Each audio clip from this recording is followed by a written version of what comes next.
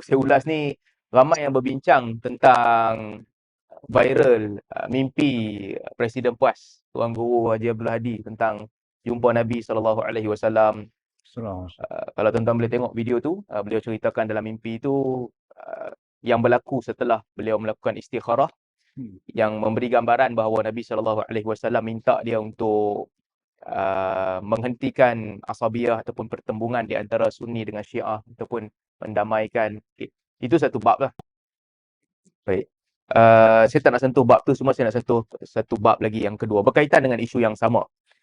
Isu ni menjadi isu nasional juga sebab mimpi Tuan Guru Haji Hadi ni diulas oleh Menteri Agama. Menteri Agama ulas, katanya keputusan akan disebut oleh pengerusi majlis MKI. Pengerusi MKI, apa nama, Datuk Seri Noor Gadut akan buat keputusan selepas beberapa hari. Semalam beliau buat keputusan menceritakan bagaimana pandangan yang sepatutnya diambil berkaitan dengan mimpi ini. Baik. Keputusan tu okeylah. Antara yang beliau sebut adalah mimpi ini diamal ataupun diambil, dikira mengikut kandungan mimpi itu. Kalau bertepatan dengan syarak, boleh amalkan dia. Kalau tak bertepatan dengan syarak, tidak diamalkan.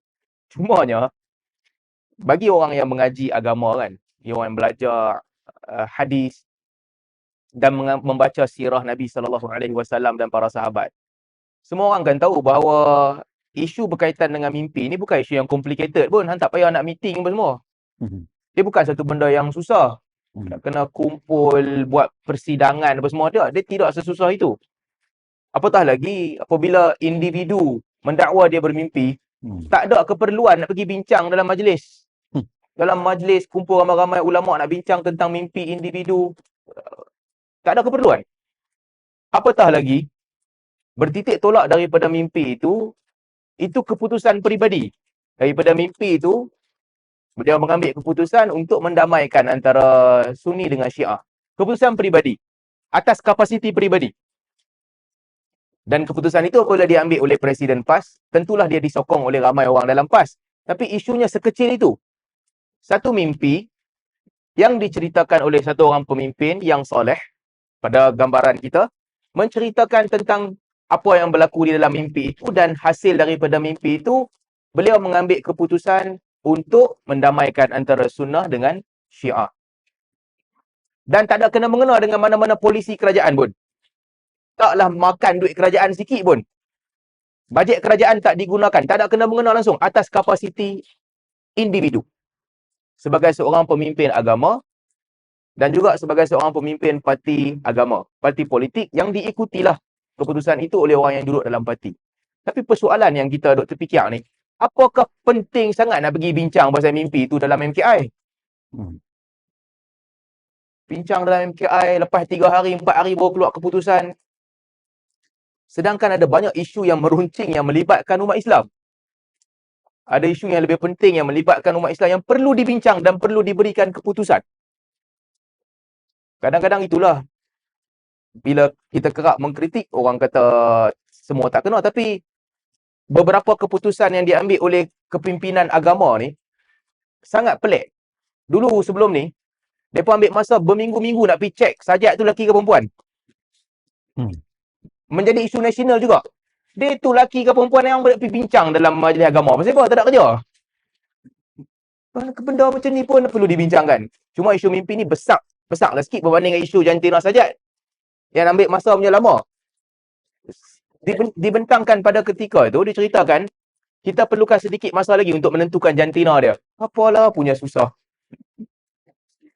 Isu-isu yang menjadi perbincangan. Baik, tentang mimpi ni pula, saya tengoklah tadi pernyataan akhbar yang dibuat oleh pengurusi MKI. Katanya mimpi ni tak memberi hujah mutawatir ataupun bukan qat'i. Tidak mutawatir dan juga tidak qat'i. Maka disebabkan oleh itu, tidaklah menjadi keperluan untuk orang ikut. Lebih kurang begitulah. Istilah mutawatir dan qat'i ni, istilah yang penting. Sebab dalam agama kita, banyak benda yang tidak mutawatir dan tidak qat'i kita ikut. Istilah tu diletak di tempat yang salah. Majoriti hadis-hadis yang sampai kepada kita bukanlah hadis yang mutawatir. Hadis yang mutawatir hanyalah sedikit sahaja bilangan dia. Tapi yang banyak sampai kepada kita adalah hadis yang bukan mutawatir. Tarafnya ahad. Apa maksud mutawatir? Maksud mutawatir adalah sesuatu yang mustahil khabar itu palsu. Rantaian orang yang menyampaikan khabar itu satu kumpulan yang besar kepada satu kumpulan yang besar, dan demikianlah seterusnya sehingga dia dibukukan. Artinya kalau kata mutawatir, mustahil benda tu palsu. Tak mungkin dia palsu. Sebab ramai orang meriwayatkan, didengar oleh ramai orang kepada ramai orang. Itu mutawatir. Kebanyakan hadis-hadis yang sampai kepada kita pada hari ini, dia bukan mutawatir. Bukan mutawatir artinya apa? Ada kebarangkalian khabar tu palsu, ada kebarangkalian khabar tu betul. Dia ada umbrella yang besar. Selain daripada mutawatir, artinya khabar-khabar yang ada dua kemungkinan. Boleh jadi betul, boleh jadi salah. Kenapa kita kata hadis tu hadis yang sahih? Kerana hadis itu kebarangkalian besar dia dituturkan oleh Nabi SAW. Itu yang nama hadis sahih. Para ulama hadis, mereka letak syarat. Hadis hanya dikira sahih kalau orang yang menyampaikan hadis itu tidak terputus. Dia ada pertalian. Seorang dengar daripada seorang. Imam Malik dengar daripada Nafi'. Nafi' dengar daripada Abdullah bin Umar. Abdullah bin Umar dengar daripada Nabi SAW. Rantaian tu bersambung. Satu syarat pertama. Rantaian tu bersambung dan setiap seorang yang menyampaikan riwayat itu adalah orang-orang yang fiqah. Dipercayai. Apa maksud fiqah? Mereka ini adalah orang yang tidak diragui ketulusan mereka, tidak diragui kejujuran mereka. Satu. Dan yang kedua, ingatan mereka bagus. Dia ada dua syarat. Maksudnya setiap rantaian perawi itu, satu, orang tidak meragui mereka punya kejujuran. Bukanlah orang yang suka main sembang, suka hati dia je. Satu. Dan yang kedua, dia juga mempunyai ingatan yang bagus. So, ini dua syarat. Rantaian tu mesti bersambung. Dan setiap orang yang menyampaikan hadis itu hendaklah terdiri daripada orang yang fiqah. Dan yang ketiga, khabar itu bukanlah khabar yang syaz, yang pelik. Khabar itu bukanlah khabar yang pelik ataupun bercanggah dengan khabar-khabar yang lain. Jadi, kalau satu hadis kena syarat ni semua, khabar itu dia disokong oleh dalil-dalil yang lain, orang yang meriwayatkan khabar itu adalah orang yang dipercayai, nama hadis tu sahih. Tapi dia masih bukan mutawatir. Dan kebanyakan riwayat-riwayat yang sampai yang ditulis dalam buku Sahih Bukhari, Sahih Muslim, kebanyakannya bukan mutawatir pun. Tapi kita tetap diwajibkan untuk ikut. Apa dalil kita wajib ikut?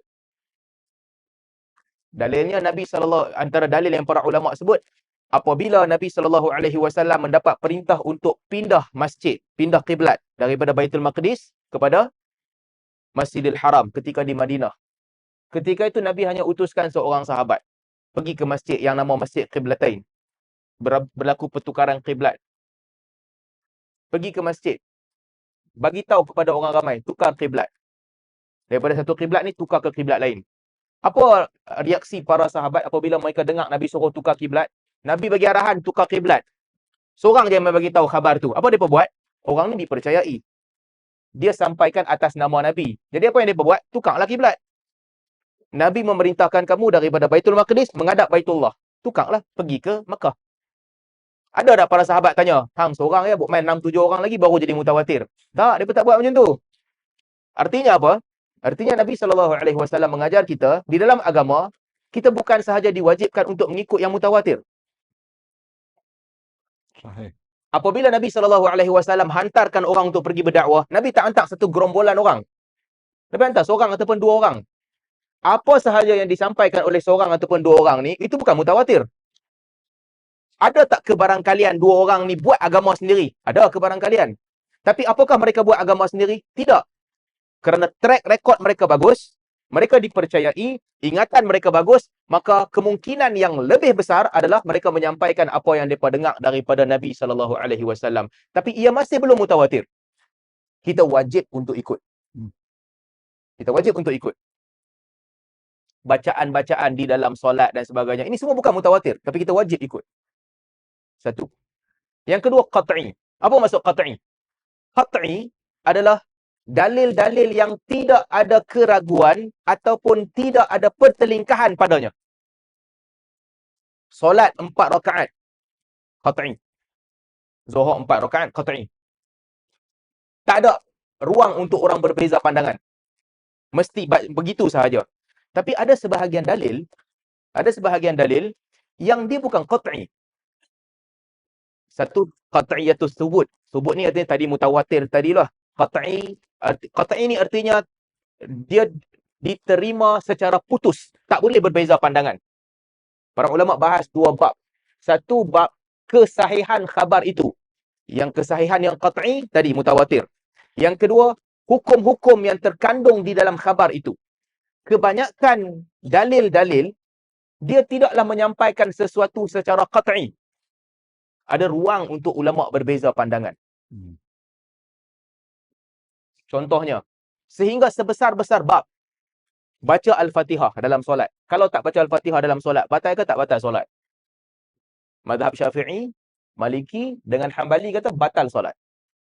Kerana Nabi SAW sebut la solat liman lam yaqra bi Fatihatil Kitab. Tidak ada solat bagi orang yang tidak membaca Al-Fatihah. Berdasarkan hadis ni, kena baca Al-Fatihah tiap-tiap rakaat. Tak baca, batal solat.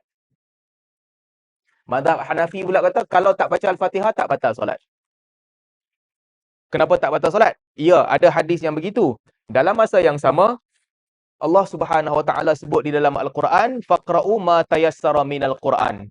Bacalah apa yang mudah daripada Al-Quran yang kamu boleh baca. Maka Abu Hanifah kata ayat itu menjadi penentu batal ataupun tidak solat. Selagi mana kamu baca Al-Quran sedikit, tak batal dah solat kamu. Hadis ni artinya apa? Hadis ni artinya tuntutan Nabi SAW, tapi dia tak berkait dengan batal ataupun tidak. Artinya, sampai ke tahap baca Al-Fatihah dalam solat ni, dalam setiap rakaat, itu pun tidak qat'i. Dia panggil zanni. Zanni artinya dalil-dalil yang ada lebih daripada satu tafsiran. Lebih daripada satu tafsiran. Saya bila baca pembentangan pengerusi MKI ni kata, mimpi ni tak boleh terima sebab dia bukan mutawatir dan bukan qat'i. Alasan tu tak kena lah. Sebab meskipun bukan mutawatir dan bukan qat'i, ada benda yang bukan mutawatir dan bukan qat'i yang kita wajib ikut. Wajib ikut. Walaupun tidak mutawatir dan tidak qat'i. Cuma kita tertanya-tanya. Dengan perbincangan, dengan meeting yang panjang, dengan ambil berhari-hari. Menteri Umum hari Isnin. Pembentangan pengurusi MKI ni hari pengurusi jawatan kuasa lah. Bukan merujuk kepada Sultan. Jawatan kuasa ni pentang hari Rabu, Isnin, Selasa, Rabu, 3 hari. Takkanlah setelah perbincangan yang panjang keluar kenyataan yang tak berapa tepat lah. Penggunaan istilah yang tak tepat. Dan juga tak ada keperluan nak cerita tentang bab itu. Tentang mimpi ya, sikit cerita pasal mimpi sikit sebelum kita masuk tajuk. Boleh jadi tak masuk tajuk ke? Boleh. Boleh jadi juga. So, tentang mimpi ni kan. Apa fungsi mimpi jumpa Nabi SAW? Apa fungsi mimpi jumpa Nabi? Dalam hadis Nabi SAW sebut, man ra'ani fil manam faqad ra'ani. Fa inna syaitan la yatashabbah bih. Sesiapa yang melihat aku di dalam mimpi, maka seperti dia melihat aku. Kerana syaitan tidak menyerupai aku. Dalam hadis Nabi SAW sebut. Okey, itu satu. Artinya, mimpi berjumpa dengan Nabi SAW adalah kemuliaan yang Allah Ta'ala bagi kepada siapa yang Allah nak. Allah bagi kepada siapa yang Allah nak. Tidak semestinya ahli ibadat. Kadang-kadang Allah bagi kepada ahli ibadah. Kadang-kadang Allah bagi kepada para sahabat Nabi SAW. Kadang-kadang Allah Subhanahu Wa Taala bagi kepada orang yang buat maksiat pun untuk mengetuk pintu hati dia supaya dia bertaubat.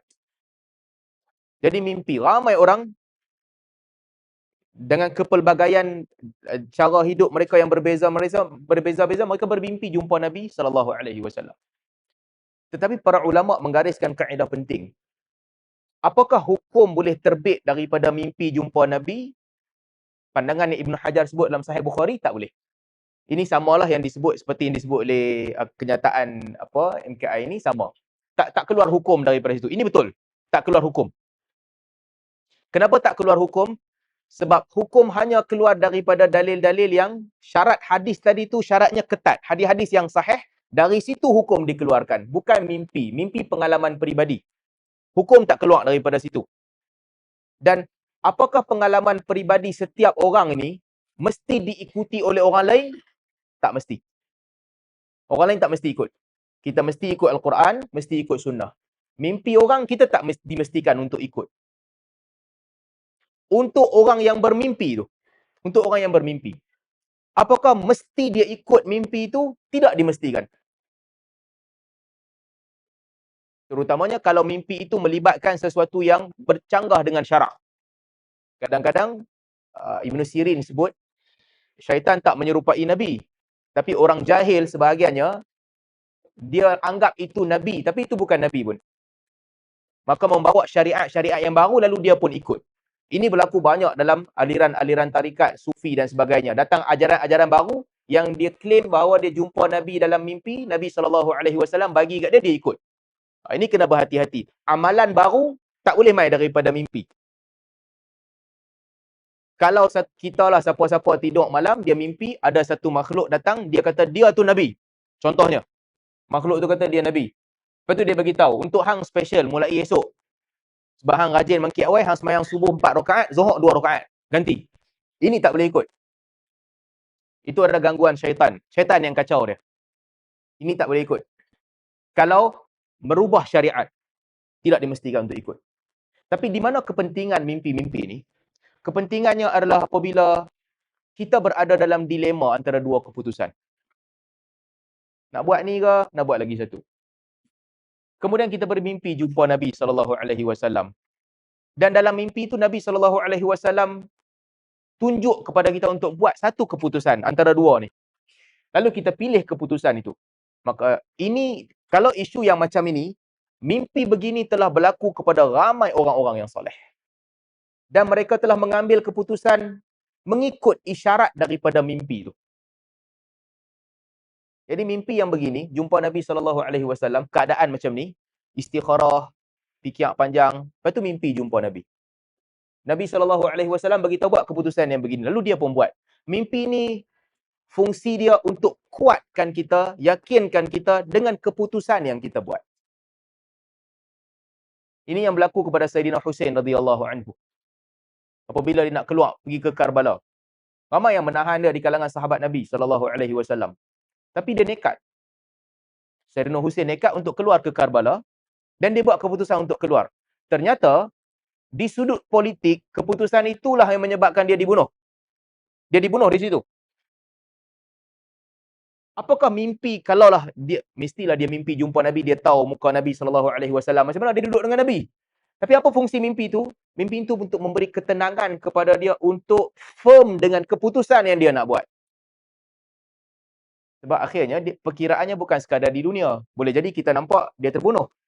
Tapi di sisi Allah Subhanahu Wa Taala, itulah Allah tentukan sebab dan detik dia kembali menghadap Allah Subhanahu Wa Taala untuk dia baik.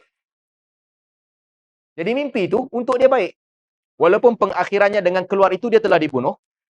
Walaupun ketika dia keluar itu dia dihalang oleh ramai sahabat, tapi mimpi itu mungkin baik untuk dia. Maka dia ikut apa yang datang daripada mimpi itu. Sayyidina Uthman radhiyallahu anhu. Kan kita sebut bila kita baca sirah Sayyidina Uthman, apabila Uthman radhiyallahu anhu hari terakhir sebelum kematian dia, pada hari kematian dia, dia mimpi jumpa Nabi SAW, Abu Bakar dan Umar. Nabi SAW sebut kepada Uthman, "Sum tuftir indana." Puasalah kamu pada hari ini, engkau akan berbuka puasa bersama dengan kami. Dengan mimpi itu, Sayyidina Uthman membuat dia puasa pada hari itu, dia baca Al-Quran, dan hari itu dia dibunuh. Mimpi itu baik untuk dia.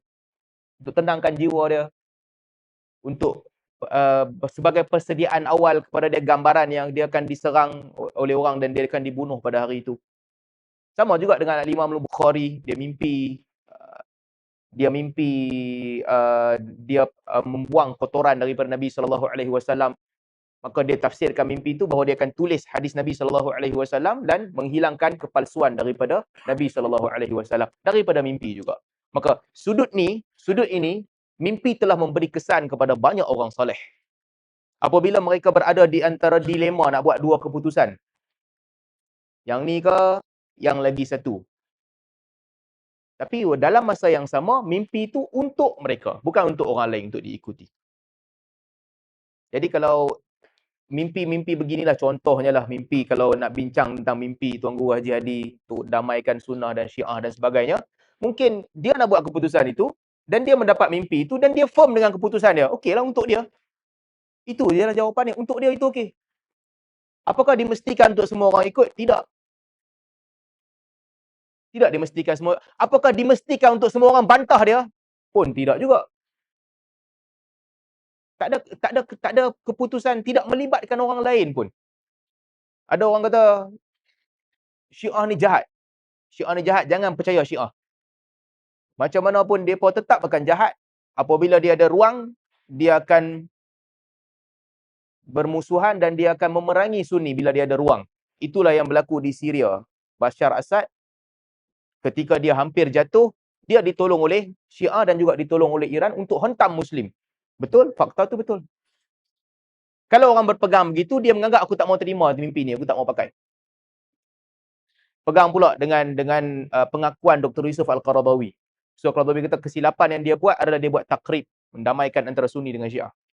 Itu antara kesilapan besar yang dia buat yang akhirnya dia tarik balik. Yusuf Al-Qaradawi sebut pendirian ulama Saudi pada ketika itu lebih tepat, iaitu pendamaian ni tak membawa ke mana pun. Dia tersilap kerana dia percaya dengan pendamaian itu. Okey. Kalau orang nak pegang pandangan yang macam ni, okey, dia boleh pegang pandangan yang macam ni. Tapi bagi orang yang nak pegang sebaliknya, kalau orang yang pegang sebaliknya, yang kata, tak, Yusuf Qaradawi dia gagal, tapi usaha ni akan berjaya, terpulang lah.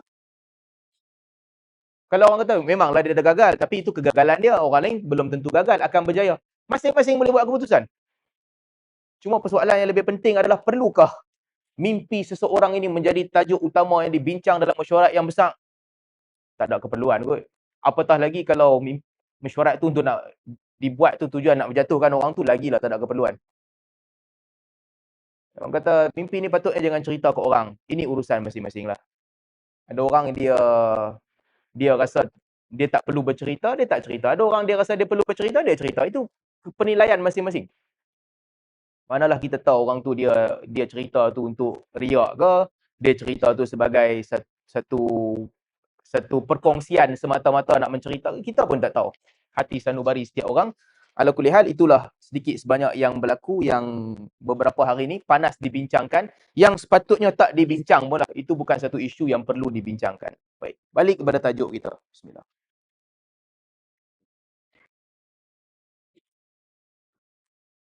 Ini kita nak bincang tentang adat dan juga budaya yang baik dan yang tak baik untuk ditinggalkan. Satu, hidup manusia ini adalah hidup yang berbudaya. Orang, dia akan ada budaya. Apabila manusia berkumpul, dia ada budaya. Dia akan membentuk budaya, kebiasaan.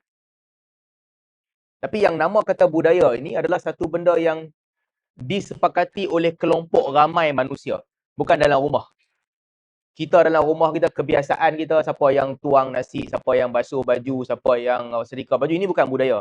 Yang ini budaya dalam rumah, tak ada kena-mengena lah. Budaya, yang nama kata budaya ini adalah apa yang disepakati oleh ramai orang. Satu kumpulan manusia. Itu menjadi budaya.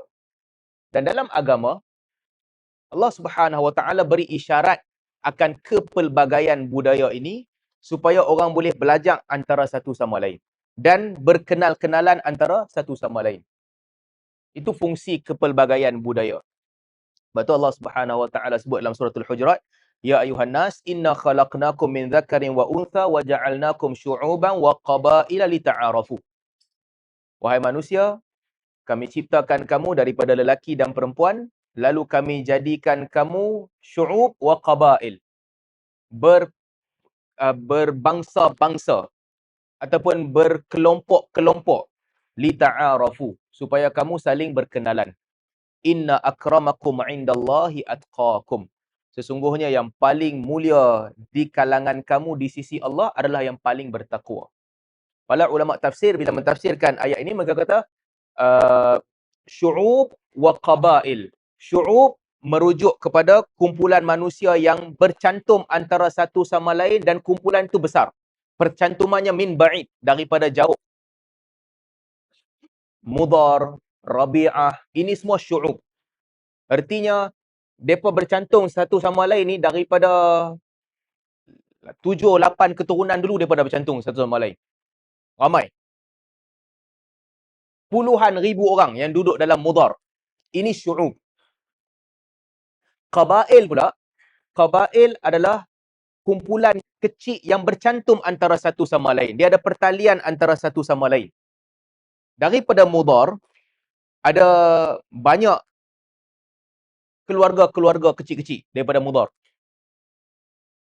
Ada salah satunya Bani Tamim. Okey, Bani Tamim sebagai contoh. Tamim daripada Mudar. Kumpulan besar dia, bangsa besar dia, Mudar, Rabi'ah. Bawah Mudar ni ada banyak. Salah satunya Tamim. Bani Tamim. So, yang dinamakan Qabail, Qabail dalam bahasa Arab ni, bolehlah dikatakan 3-4 keturunan terdahulu. Moyang mereka sama. Ini Qabail. Moyang mereka sama, daripada moyang tu dia ada, katakanlah dia ada 10 anak. Peringkat Tok Wan dia 10 anak. Bawah daripada Tok Wan dia, ada lagi 10 anak. So, dah pecah 10 kali 10, 100 family. 100 family. Pergi generasi seterusnya, 100 family, pecah lagi 10, 1000 family. Ini Qabail. 1000 family ramai oh. Ini dianggap Qabail yang kecil-kecil. Tapi syu'ub jauh lebih besar daripada itu. Ratusan ribu orang. Jadi kalau budaya kita, kita tak ada. Kita, Tok Wan kita punya tok pun kita tak kenal dah. 3 pupu kita tak kenal. Kalau budaya Arab, mereka saling mengenali begitulah. So kalau kedudukan atas daripada syu'ub tu pula bangsa. Bangsa betul, bangsa Arab. Bangsa Arab ni berpecah kepada beberapa syu'ub. Bawah syu'ub ni ada qabail yang banyak-banyak. Di bawah qabail ni ada kumpulan kecil-kecil yang mereka share datuk yang sama. Mereka kekalkan. Allah Subhanahu Wa Taala sebut dalam Al-Quran, kami ciptakan kamu berbagai-bagai syu'ub dan qabail supaya kamu saling berkenalan antara satu sama lain. Artinya, ini memberi isyarat bahawa setiap syu'ub tu dia ada keistimewaan dia, perbezaan dia yang tak ada pada orang lain. Tapi kamu kena saling berkenalan. Kesan dia untuk kamu saling berkenalan antara satu sama lain. Muka mereka sama orang Arab. Muka mereka lebih kurang sama ya. Tapi mereka berbeza-beza syu'ub. Dan setiap syu'ub, setiap tribe ini, dia ada budaya dia yang tak dikongsi oleh tribe yang lain. Ini budaya Arab daripada dulu. Mereka ada kebiasaan yang orang lain tak kongsi. Ada makanan yang mereka makan, Arab lain tak makan. Ada perbuatan-perbuatan yang okey pada sebahagian mereka, sebahagian yang lain anggap dia tak okey. Sampai ke hari inilah, sampai ke hari ini. Kalau kita tengok tempat kita duduk lah, tempat-tempatan ni. Kalau nak namakan apa syu'ub yang ada di sini, lokal punya syu'ub, boleh pecah kepada 3. Satu, dia kira Arab origin. Daripada Yaman, daripada Saudi, daripada Syria dan sebagainya, Arab origin. Keluarga-keluarga yang masyhur yang dikenali. Satu. Satu lagi, African origin. Ramai juga mereka ni yang datang asalnya jadi hamba, abdi, kemudian dapat nationality. Ini kumpulan kedua yang besar juga. Yang ketiga, Iranian punya origin, Parsi. Yang mereka dah main lama dah. Mereka duduk lama. So, akhirnya ini semua membentuk katakanlah satu nationality. Tapi ada 3 yang berbeza. Bawah 3 ni ramai lah. Nak kata beratus ribu tak juga. Kat sini campur-campur semua pun mungkin tak sampai 300-400 ribu. Tapi ramai lah. Setiap satu ni banyak. Jadi, setiap satu tu walaupun kita nampak sama, tapi budaya dia berbeza-beza. Cara hidup mereka berbeza-beza. Apa yang boleh dengan tak boleh buat, tak sama, berbeza. Pakaian, berbeza. Cara mereka bercakap, ada beza dia. Cara mereka layan bini, ada beza dia. Ini semua membentuk budaya.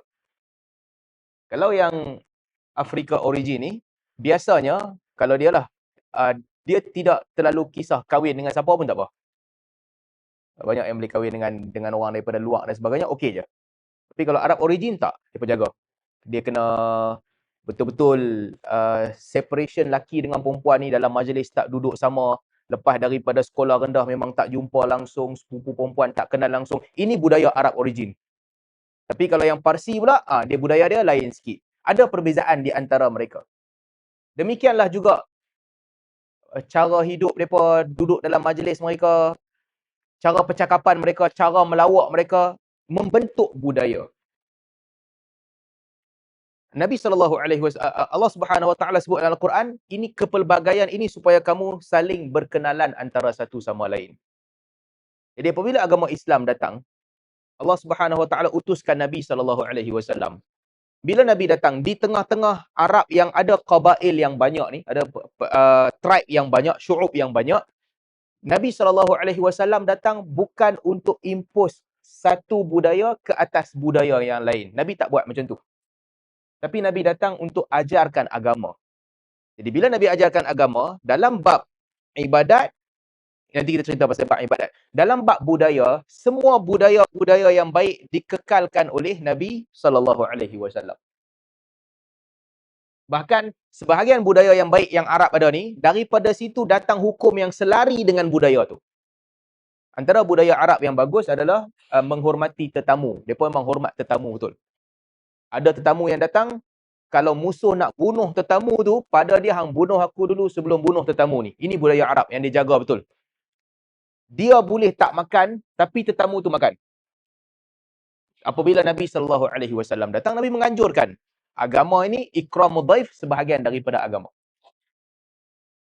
Sebahagian daripada agama adalah untuk memuliakan tetamu, walaupun dia bermula daripada apa yang diamalkan oleh Arab Jahiliyah.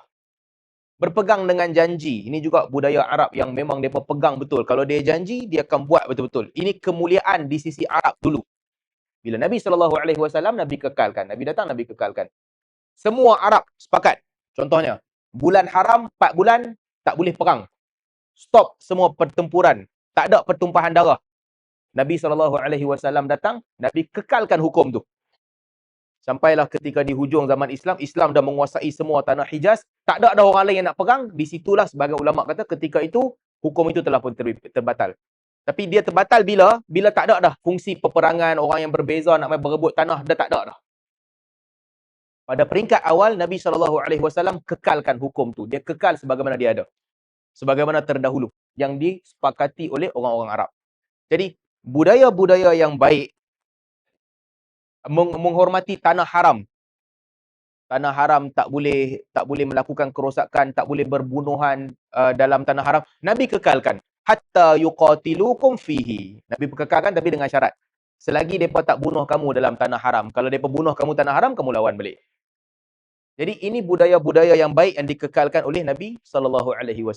Sebab dia baik dan dia tak bawa kesan yang buruk. Tapi budaya yang buruk, budaya yang tak baik, Nabi SAW datang dan Nabi batalkan, Nabi hancurkan. Dan ini bab yang Nabi SAW bersungguh-sungguh.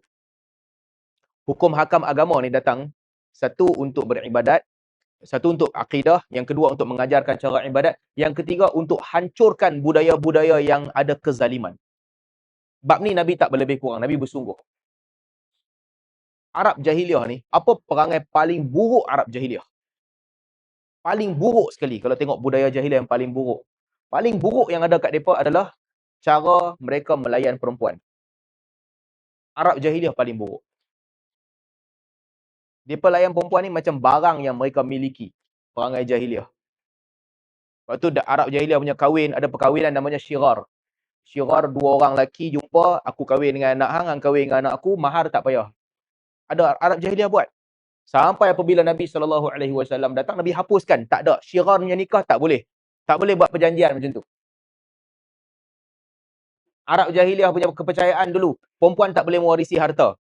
Tu yang ada kes sahabat Nabi SAW. Sebab dia ada anak perempuan, daripada dia nak bagi kat anak dia, dia pergi bagi wasiat semua harta. Sebab tak mau tinggal kat anak dia. So sebagai satu kebanggaan, bila orang dengar, orang akan puji, baguslah dia sedekah banyak harta. Dia tinggalkan anak dia tak ada apa-apa.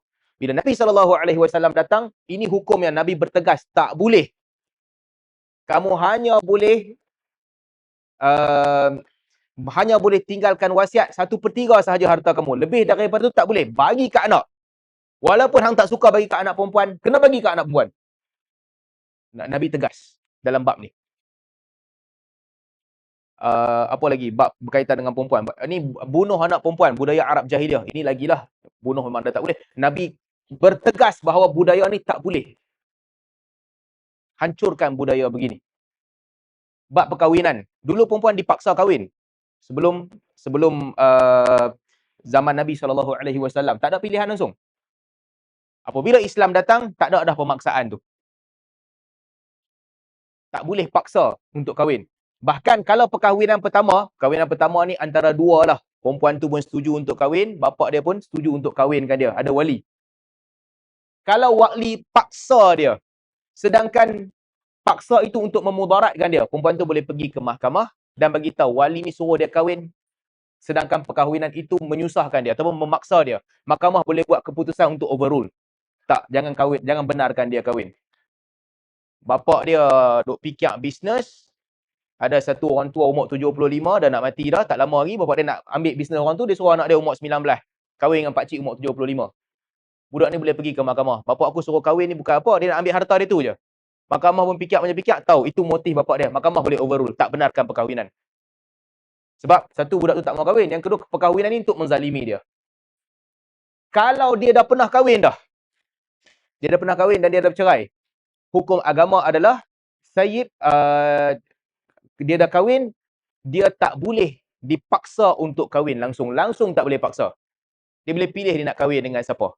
First time dia kahwin, bapak dia katakan dua-dua orang deal, bapak dia punya perkahwinan pilih dan dia pun tak bantah, katakan perkahwinan itu batal. Yang kedua tak boleh paksa dia dah.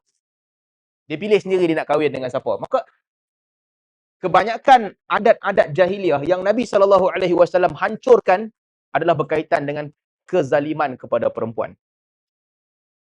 Sebab tu zaman tu orang tak bantah. Yang bunyi suara sekarang ni, sebab tu kalau kita tengok kitab-kitab dulu kan, tak ada siapa pernah membangkitkan isu pasal apa anak lelaki dapat 2 bahagian, anak perempuan dapat 1 bahagian. Sebab Arab jahiliah hidup dalam konteks perempuan tak dapat apa langsung. Apabila hukum ini diketengahkan, walizzakari mithlu hadzil unsayain. Seorang anak lelaki mendapat sama dengan 2 orang anak perempuan. Bila datang hukum ni, tak ada siapa bantah masa tu. Sebab ini satu perbezaan yang sangat besar. Zaman tu, laki dia jadi provider kepada perempuan. Kalau bapa dah mati, datuk kena provide kepada perempuan tu. Kalau perempuan dah kahwin, suami kena provide kepada perempuan tu. Dia kena bagi. Perempuan tak payah buat apa-apa. Tak perlu bekerja, tak payah buat apa-apa pun zaman tu. Dia kena terima je. Sebahagian daripada dia kena terima, Arab jahiliah kata, okey, kalau begitu, hang tak payah dapat harta apa-apa. Hang kekal untuk jadi penerima sahaja. Apabila Islam datang, ini kelebihan yang Islam bagi kepada perempuan. Satu, laki sebagai provider dikekalkan.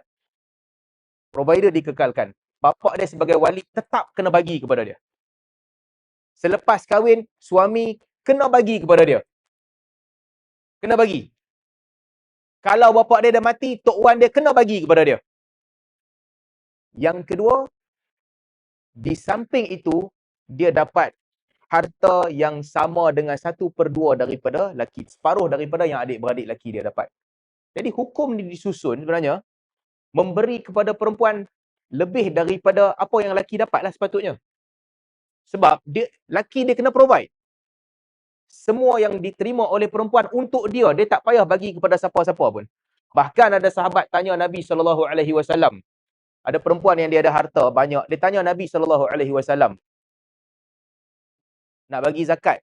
Dia nak bawa keluar zakat, nak pergi sedekah. Laki dia kata, hang bagi kat aku lagi bagus. Aku ni miskin, tak ada apa. Tanya Nabi, boleh tak nak bagi kat suami aku? Nabi benarkan. Benarkan itu artinya perempuan dia tak payah provide kepada suami dia dan juga anak dia. Kalau dia bagi, artinya itu ihsan daripada dia. Kalau dia bagi, itu bererti sampai ke tahap zakat dia boleh bagi kepada suami dan juga anak dia. Artinya bukan tanggungjawab dia. Dia tak payah bagi pun. Walaupun begitu, dia terima separuh daripada apa yang lelaki terima. Jadi, itu berkaitan dengan hukum hakam, adat-adat jahiliah yang Nabi SAW datang, Nabi hancurkan. Adat yang buruk. Yang kedua tentang ibadat. Okay. Dalam ibadat, bismillah.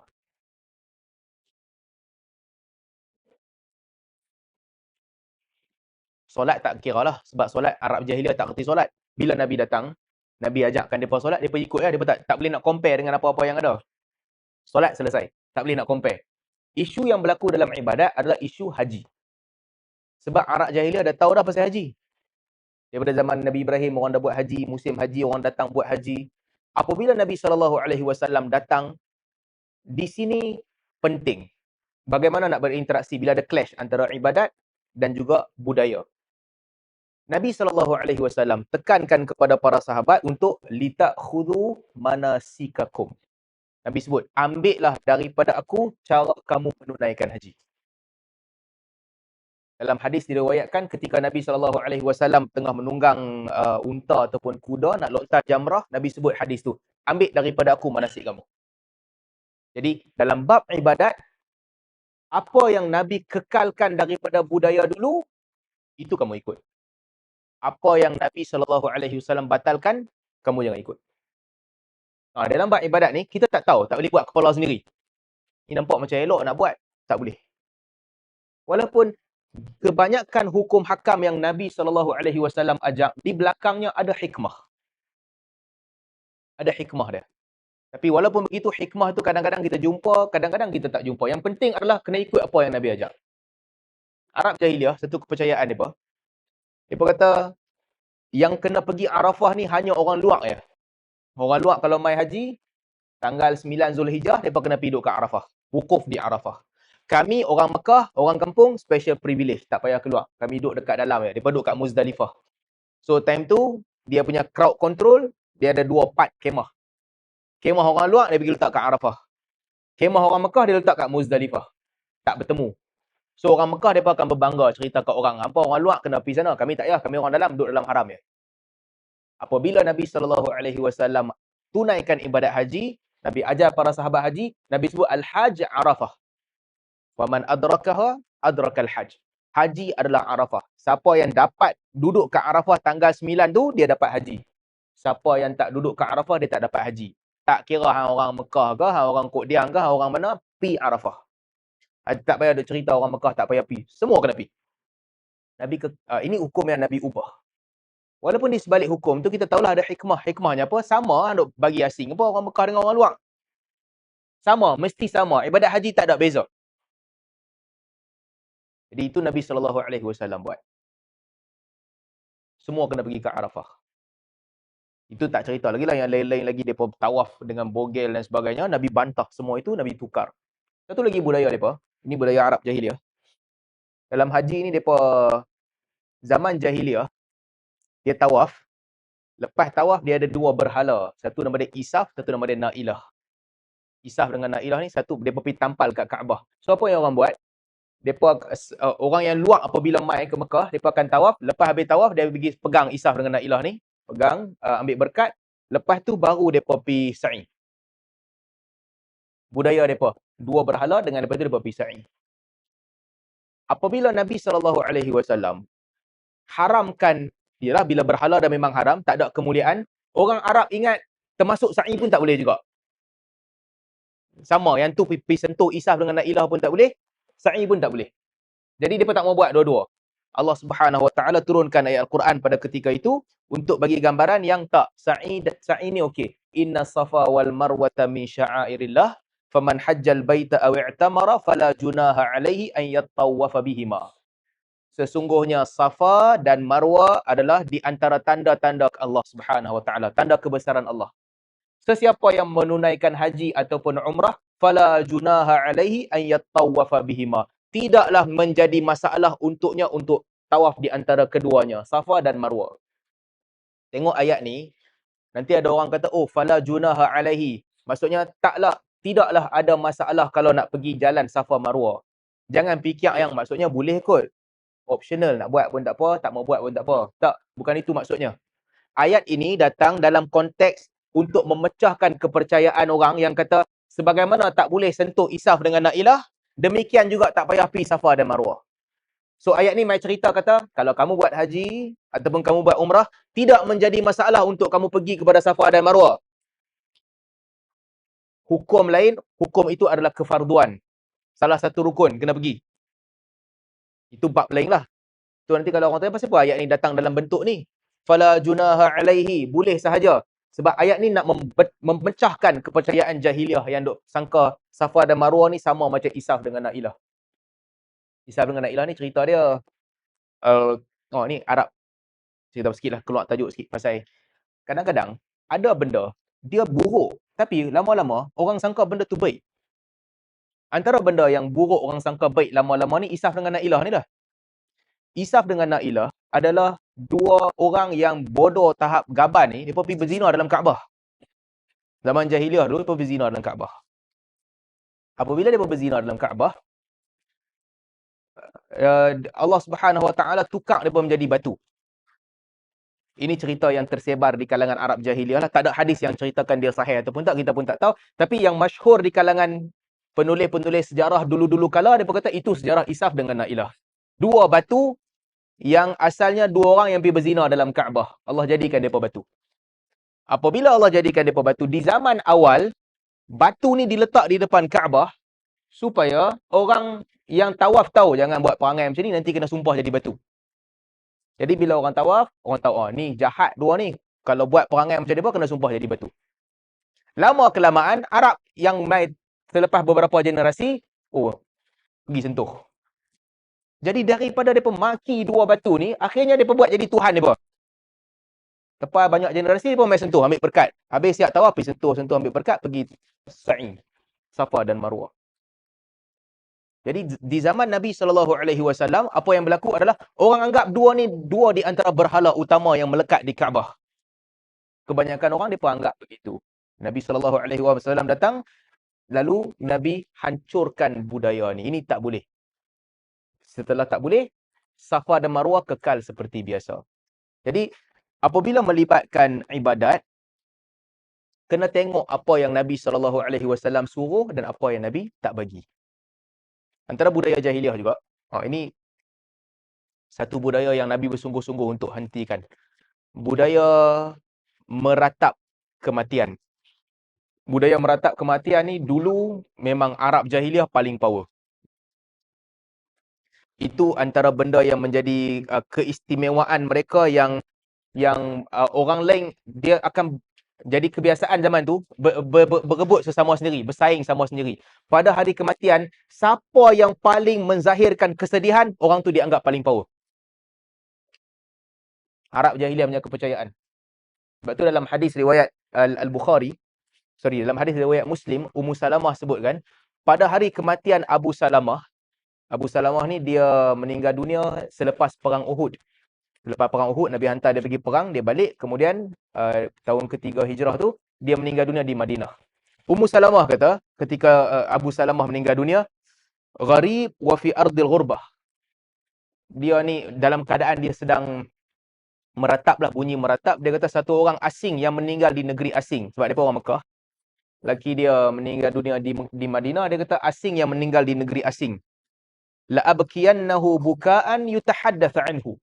Lalu Ummu Salamah kata, aku berazam untuk aku menangis dengan tangisan yang akan dikenang selama-lamanya. Orang akan ingat aku punya tangisan ni, tangisan yang paling power. Yang tak pernah orang buat. Jadi budaya Arab daripada zaman jahiliah, perempuan-perempuan ni, dia akan menangis paling hebat sehingga orang akan sebut. Jadi kalau bila bincang, orang kata, bini dia ni paling power, dia punya menangis memang teruk betul. Lepas tu ada kematian lagi satu pula. Bini dia ni lagi dahsyat dia punya menangis. Ini menjadi satu kebanggaan mereka. Dan dia ada assistant. Seorang-seorang menangis tak ada feeling kan? Dia ada assistant. Assistant dia bila orang mai ziarah jenazah, ini perempuan punya kerja, lelaki tak buat benda-benda macam ni. Bila orang mai ziarah jenazah, yang mai tu akan buka cerita. Yang mati ni orang yang bagus, lelaki hang ni banyak tolong orang. Tambah lagi menangis. Dia dah menangis, dah habis penat menangis, keluar. Seorang ni keluar. Mai satu orang lagi ziarah, buka lagi cerita. Menangis sekali lagi. Jadi dia ada assistant. Assistant ni ramai akan datang. So bila ada kematian ni, akhirnya menjadi kebiasaan Arab jahiliah. Mereka saling tolong-menolong antara satu sama lain. Hari ni keluarga hang ada mayat, kami semua jadi assistant. Seorang-seorang masuk, dia menangis. Seorang lagi masuk, buat dia menangis. Seorang lagi masuk, teringat benda apakah berlaku, buat dia menangis. Tak berhenti. Ummu Salamah kata, la abkiyanna buka yutahaddath anhu. Pada hari ini aku akan menangis dengan satu tangisan yang akan diingati selama-lamanya. Kemudian kata Ummu Salamah, qad tahayyatu lil buka alaihi. Aku sedang bersedia untuk nak menangis dengan tangisan itu. Wa aqbalat imra'atu min Sa'id turidu an tus'idani. Lalu satu orang perempuan datang daripada luar Madinah, turid an tus'idani, nak tolong aku. Artinya kan, nak tolong ni maksudnya zaman tu dah ada orang dia punya kepakaran adalah tolong naikkan mood menangis. Dia memang kalau dia pergi rumah mayat mana pun, makcik ni mesti akan buat tuan rumah menangis. Dia timai satu macam, dia nanti buka cerita. Jadi tuan rumah nanti menangis punya. So makcik ni akan dihormati semua orang. Orang kalau kan ada orang dia suka menaikkan mood sedih kan. So zaman Arab Jahiliah macam tu, ada beberapa orang macam tu. Kalau isteri orang mati ni dia dah tak sedih dah, dia nanti tunggu bila lah dia ni nak mai. Dia ni kalau mai dia boleh hidupkan kesedihan. Ada orang profession dia macam tu, dia buat orang menangis. Dia tipi rumah orang, dia pandai lah korek cerita kot lubang tu, korek cerita kot lubang ni, lalah orang tu menangis. Menangis Jahiliah ni teruk-teruk, menangis sampai tampak pipi, koyak baju apa semua, nak bagi nampak dia paling sedih. So satu perempuan ni dia tengah berjalan daripada Sa'id. Turid an tus'idani, dia mai nak tolong Ummu Salamah, nak bagi dia menangis. Lalu Nabi SAW jumpa perempuan ni. Nabi tanya dia, nak pergi mana? Dia kata nak pergi jumpa Ummu Salamah, nak buat kerja aku lah. Aku punya profession bagi orang menangis. Dia pun nak pergi jumpa Ummu Salamah, nak bagi Ummu Salamah menangis. Kata Nabi SAW, aturidina an tudkhil syaitan baitan akhrajahu Allahu minhu. Apakah kamu nak masukkan syaitan ke dalam satu rumah yang Allah telah keluarkan syaitan daripada rumah itu? Nabi ulang 2 kali. Aturidina an tudkhil syaitan baitan akhrajahu Allahu minhu. Apakah kamu nak masukkan syaitan ke dalam rumah yang Allah telah keluarkan syaitan daripada rumah tu? Lalu perempuan ni pun balik. Perempuan ni balik tak jadi menangis. Dan Nabi sebut dalam hadis lain, Nabi SAW sebut, laisa minna man latamal khudud wa syaqqal juyub wa da'a bi da'watil jahiliyah. Tidaklah tergolong di kalangan kami orang yang menampar-nampar pipi ataupun mengoyak-ngoyak baju, poket, dan juga menyeru dengan panggilan-panggilan jahiliyah. Nabi kata ini bukan golongan kami.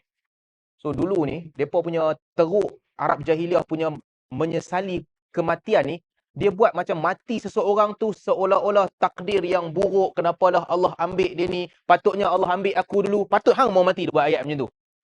Ayat ni Nabi halang, jangan sebut. Orang tu dah sampai ajal, dia matilah, yang hang nak mati sekali pasal apa? Orang dulu dia buat macam tu. Ini kita kena jaga juga kadang-kadang ni budaya kita. Bila kita ditimpa kesedihan, kita terlepas pandang, kita ucap benda-benda perkataan-perkataan yang buruk ni. Bapa ataupun mak yang anak dia mati, dia duk fikir patutnya aku mati dulu, anak aku hidup. Hang siapa nak tentukan siapa mati dulu? Perkataan macam ni kena jaga.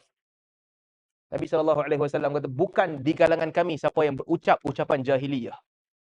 Bahkan bersungguhnya Nabi SAW nak membantah niyahah, meratapi kematian ni.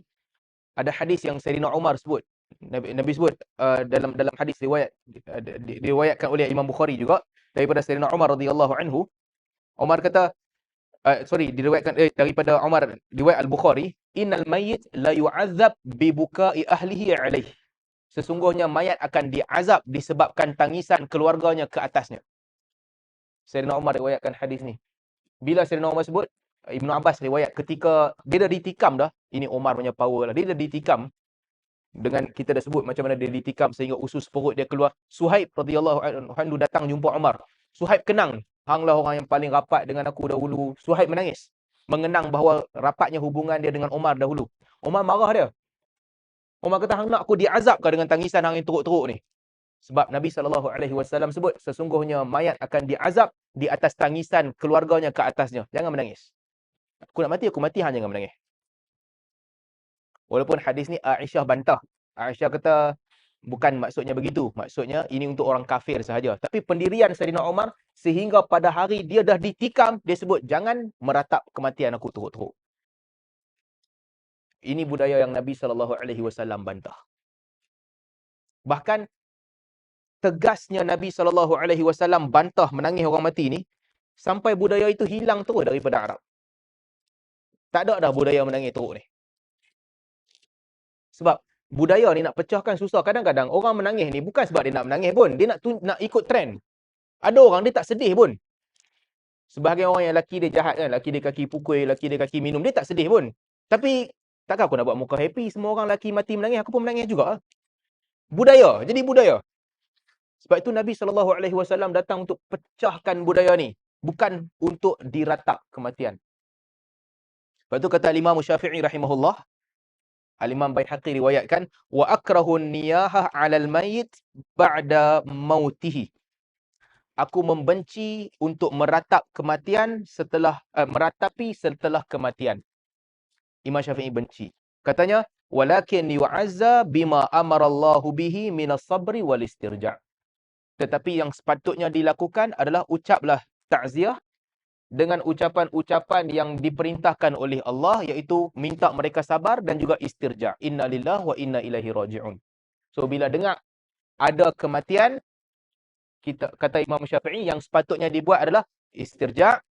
Inna lillahi wa inna ilaihi raji'un. Kita datang daripada Allah, kita kembali kepada Allah, dan juga ingatkan mereka untuk sabar. Itu yang diperintahkan, takziah. Kemudian kata Imam Syafi'i, wa akrahul ma'tam wa hiyal jama'ah. Aku membenci perhimpunan beramai-ramai. Ma'tam, iaitu berhimpun beramai-ramai. Wa illam yakun lahunna buka. Meskipun perhimpunan itu tidak disertai dengan tangisan, aku tetap benci. Fa inna dzalika yujaddidul huzna wa yukalliful mu'na. Kerana perhimpunan itu ada dua kesan buruk, kata Imam Syafi'i. Satu, menghidupkan kesedihan yang telah pun padam. Yang kedua, memberi bebanan kepada harta-harta yang ditinggalkan. Nak kena buat majlis begitu. Memberi bebanan. So kata Imam Syafi'i, ini aku benci. Sebagaimana diriwayatkan oleh Al-Imam Al-Baihaqi. Baik. Cerita pasal budaya kita pula. Budaya ini sensitif lah, budaya yang paling famous kita. Logik akai kan? Logik akai orang kata, baguslah sebab baca doa dekat orang mati tu. Baca doa, mengaji dan sebagainya.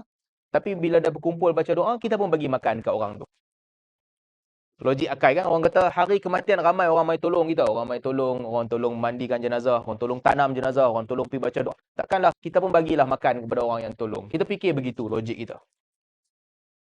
Tapi kalau ikut hadis Nabi SAW, ini penting lah. Nabi bukan ajar untuk kita tanam dalam jiwa kan. Hidup bermasyarakat ni, ada hari kita beri, ada hari kita terima.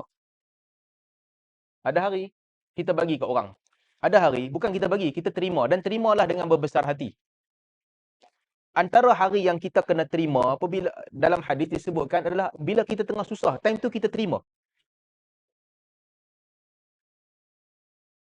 Nabi SAW sebut apabila ada keluarga sahabat yang meninggal dunia, Nabi sebut sediakan makanan kepada mereka. Jadi sepatutnya apabila pada hari kematian itu, di samping kita uruskan jenazah, yang dianjurkan dalam sunnah adalah permudahkan keluarga. Bagi makanan kepada keluarga tu, mudahkan mereka. Dia bukan tentang, jangan buat keluarga orang mati tu fikir yang kesianlah banyak orang tolong aku kena tolong mereka balik kot, kena bagi kat mereka balik. Fikiran ni tak perlu wujud. Kenapa benda ni wujud? Sebab budaya. Budaya yang menghidupkan dia. Budaya yang buat orang mati, keluarga orang mati ni rasa yang aku kena bagi sesuatu setelah orang berkhidmat kepada aku pada hari ini. Jadi apa yang dia buat? Dari situlah datang budaya, oi, orang mai semayang jenazah ni kena letak duit RM5 dalam poket seorang-seorang. Atas kepercayaan yang kesian, mereka mai semayang. Mereka dah tolong semayang, aku kena bagi duit kat mereka. Sebenarnya ni tak perlu hidup pun budaya ni. Itu pada hari kematian. Setelah hari kematian, kata Imam Syafi'i, apa yang berlaku setelah hari kematian adalah ta'ziah. Berterusan ta'ziah itu. Hari pertama, hari kedua, hari ketiga, ucap ta'ziah. Kalau tak sempat hadiri kematian, pergi ke rumah orang mati itu, ucap ta'ziah. Ini saya rasa bagus kot budaya kita. Kita ada budaya ni. Orang akan pergi ke rumah jenazah selepas 1 hari, 2 hari, 3 hari untuk ucapkan ta'ziah. Orang akan pergi, berbeza-beza orang pergi. Bila orang dah pergi ke rumah jenazah tu, ada kadang-kadang keluarga jenazah hidanglah sikit kopi ke teh, orang pun minum sebagai tanda orang dah berkunjung ke rumah. Ini okey. Bahkan dia menepati sunnah Nabi SAW mengucapkan takziah. Pergi ke rumah orang mati tu, ucapkan takziah. Cuma, yang dibenci oleh Imam Syafi'i adalah maktam. Buat specific time, berkumpul untuk memperingati orang mati. Itu Imam Syafi'i tak bagi. Sebab ada dua kesan. Satu, menghidupkan kesedihan yang telah hilang. Dan yang kedua, memberi tekanan kepada keluarga orang mati itu. Jadi ini dilarang. Selain daripada tu bagi. Dan tentang kematian juga, ini Nabi SAW sebut. Tak boleh satu orang dia duduk di dalam kemurungan ni lebih daripada 3 hari. Melainkan isteri kepada orang mati. Orang lain dia tak boleh. 3 hari tu. Takziah 3 hari. Lepas dah habis 3 hari, hari kematian, 3 hari selepas tu dah tak ada takziah dah. Orang-orang perempuan yang tinggal di rumah itu, mereka kena teruskan hidup seperti biasa. Kalau sedih, sedihlah. Tak apalah, sedih. Tapi dia tak boleh letakkan situasi diri dia sebagaimana isteri kepada orang mati tu. Kadang contohlah anak perempuan, dia sayang bapak dia mati. Dia pun nak buat macam mak dia juga, 40 hari tak boleh keluar, 4 bulan tak boleh keluar rumah. Tak payah, yang tu untuk bini, anak tak payah, hang keluar rumah macam biasa. Ini penting, agama tekankan, tak boleh, tak halal, melainkan untuk isteri sahaja. Berkabung ni tak boleh lebih daripada 3 hari, melainkan untuk isteri. Selain daripada tu, keluar dan jalani hidup kamu seperti biasa. Satu lagi budaya, apa lagi yang best? Tentang perkahwinan, tentang kahwin. Bismillah.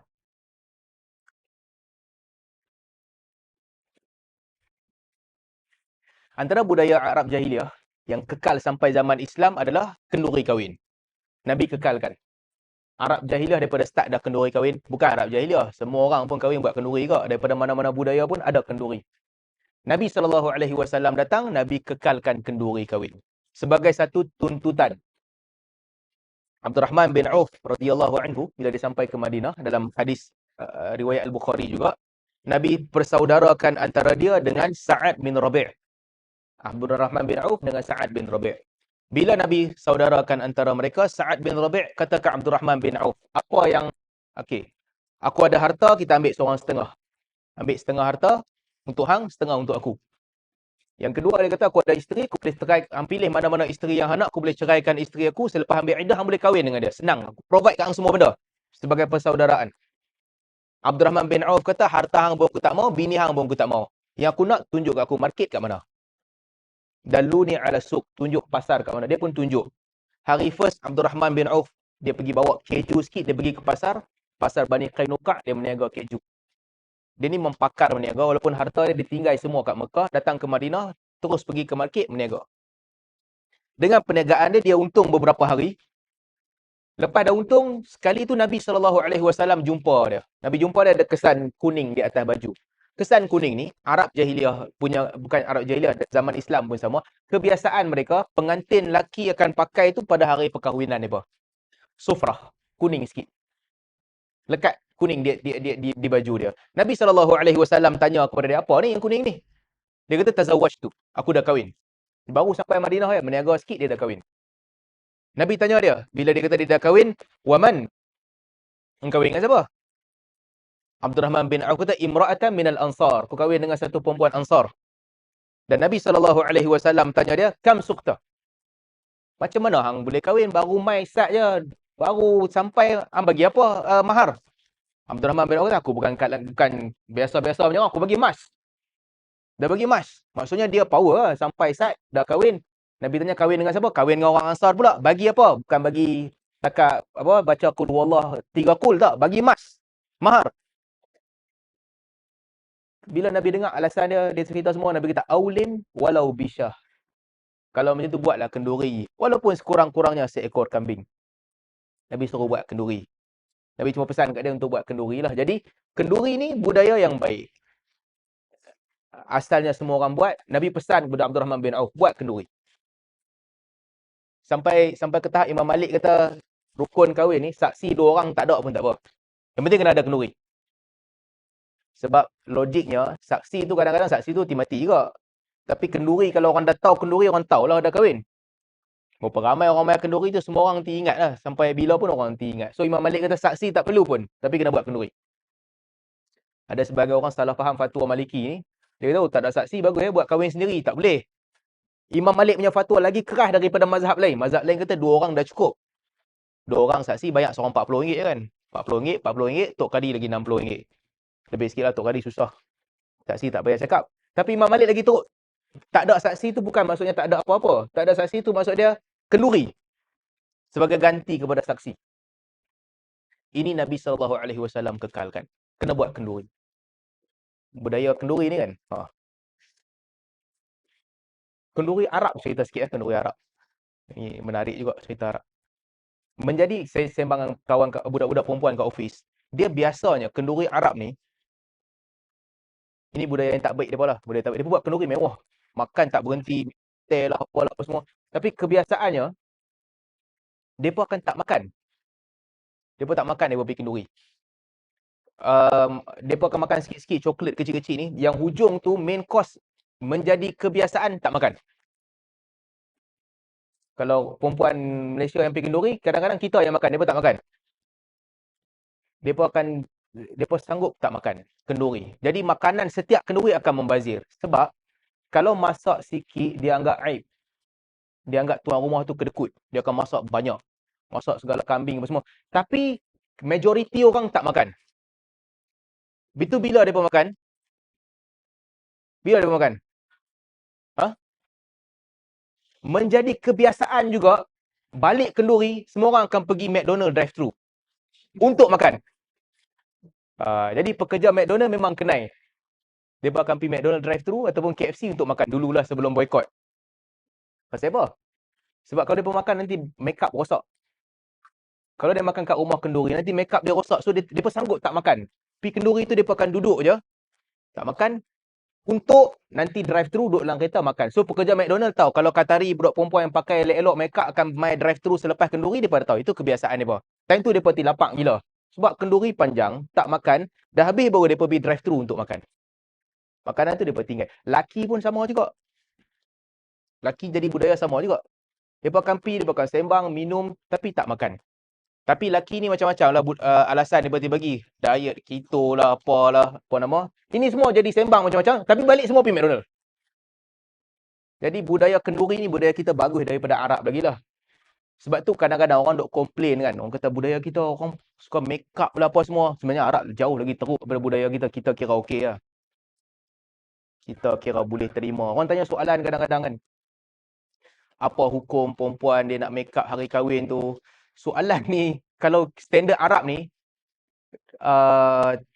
orang yang tak kahwin tu make up lagi teruk, lagi banyak daripada pengantin kita make up.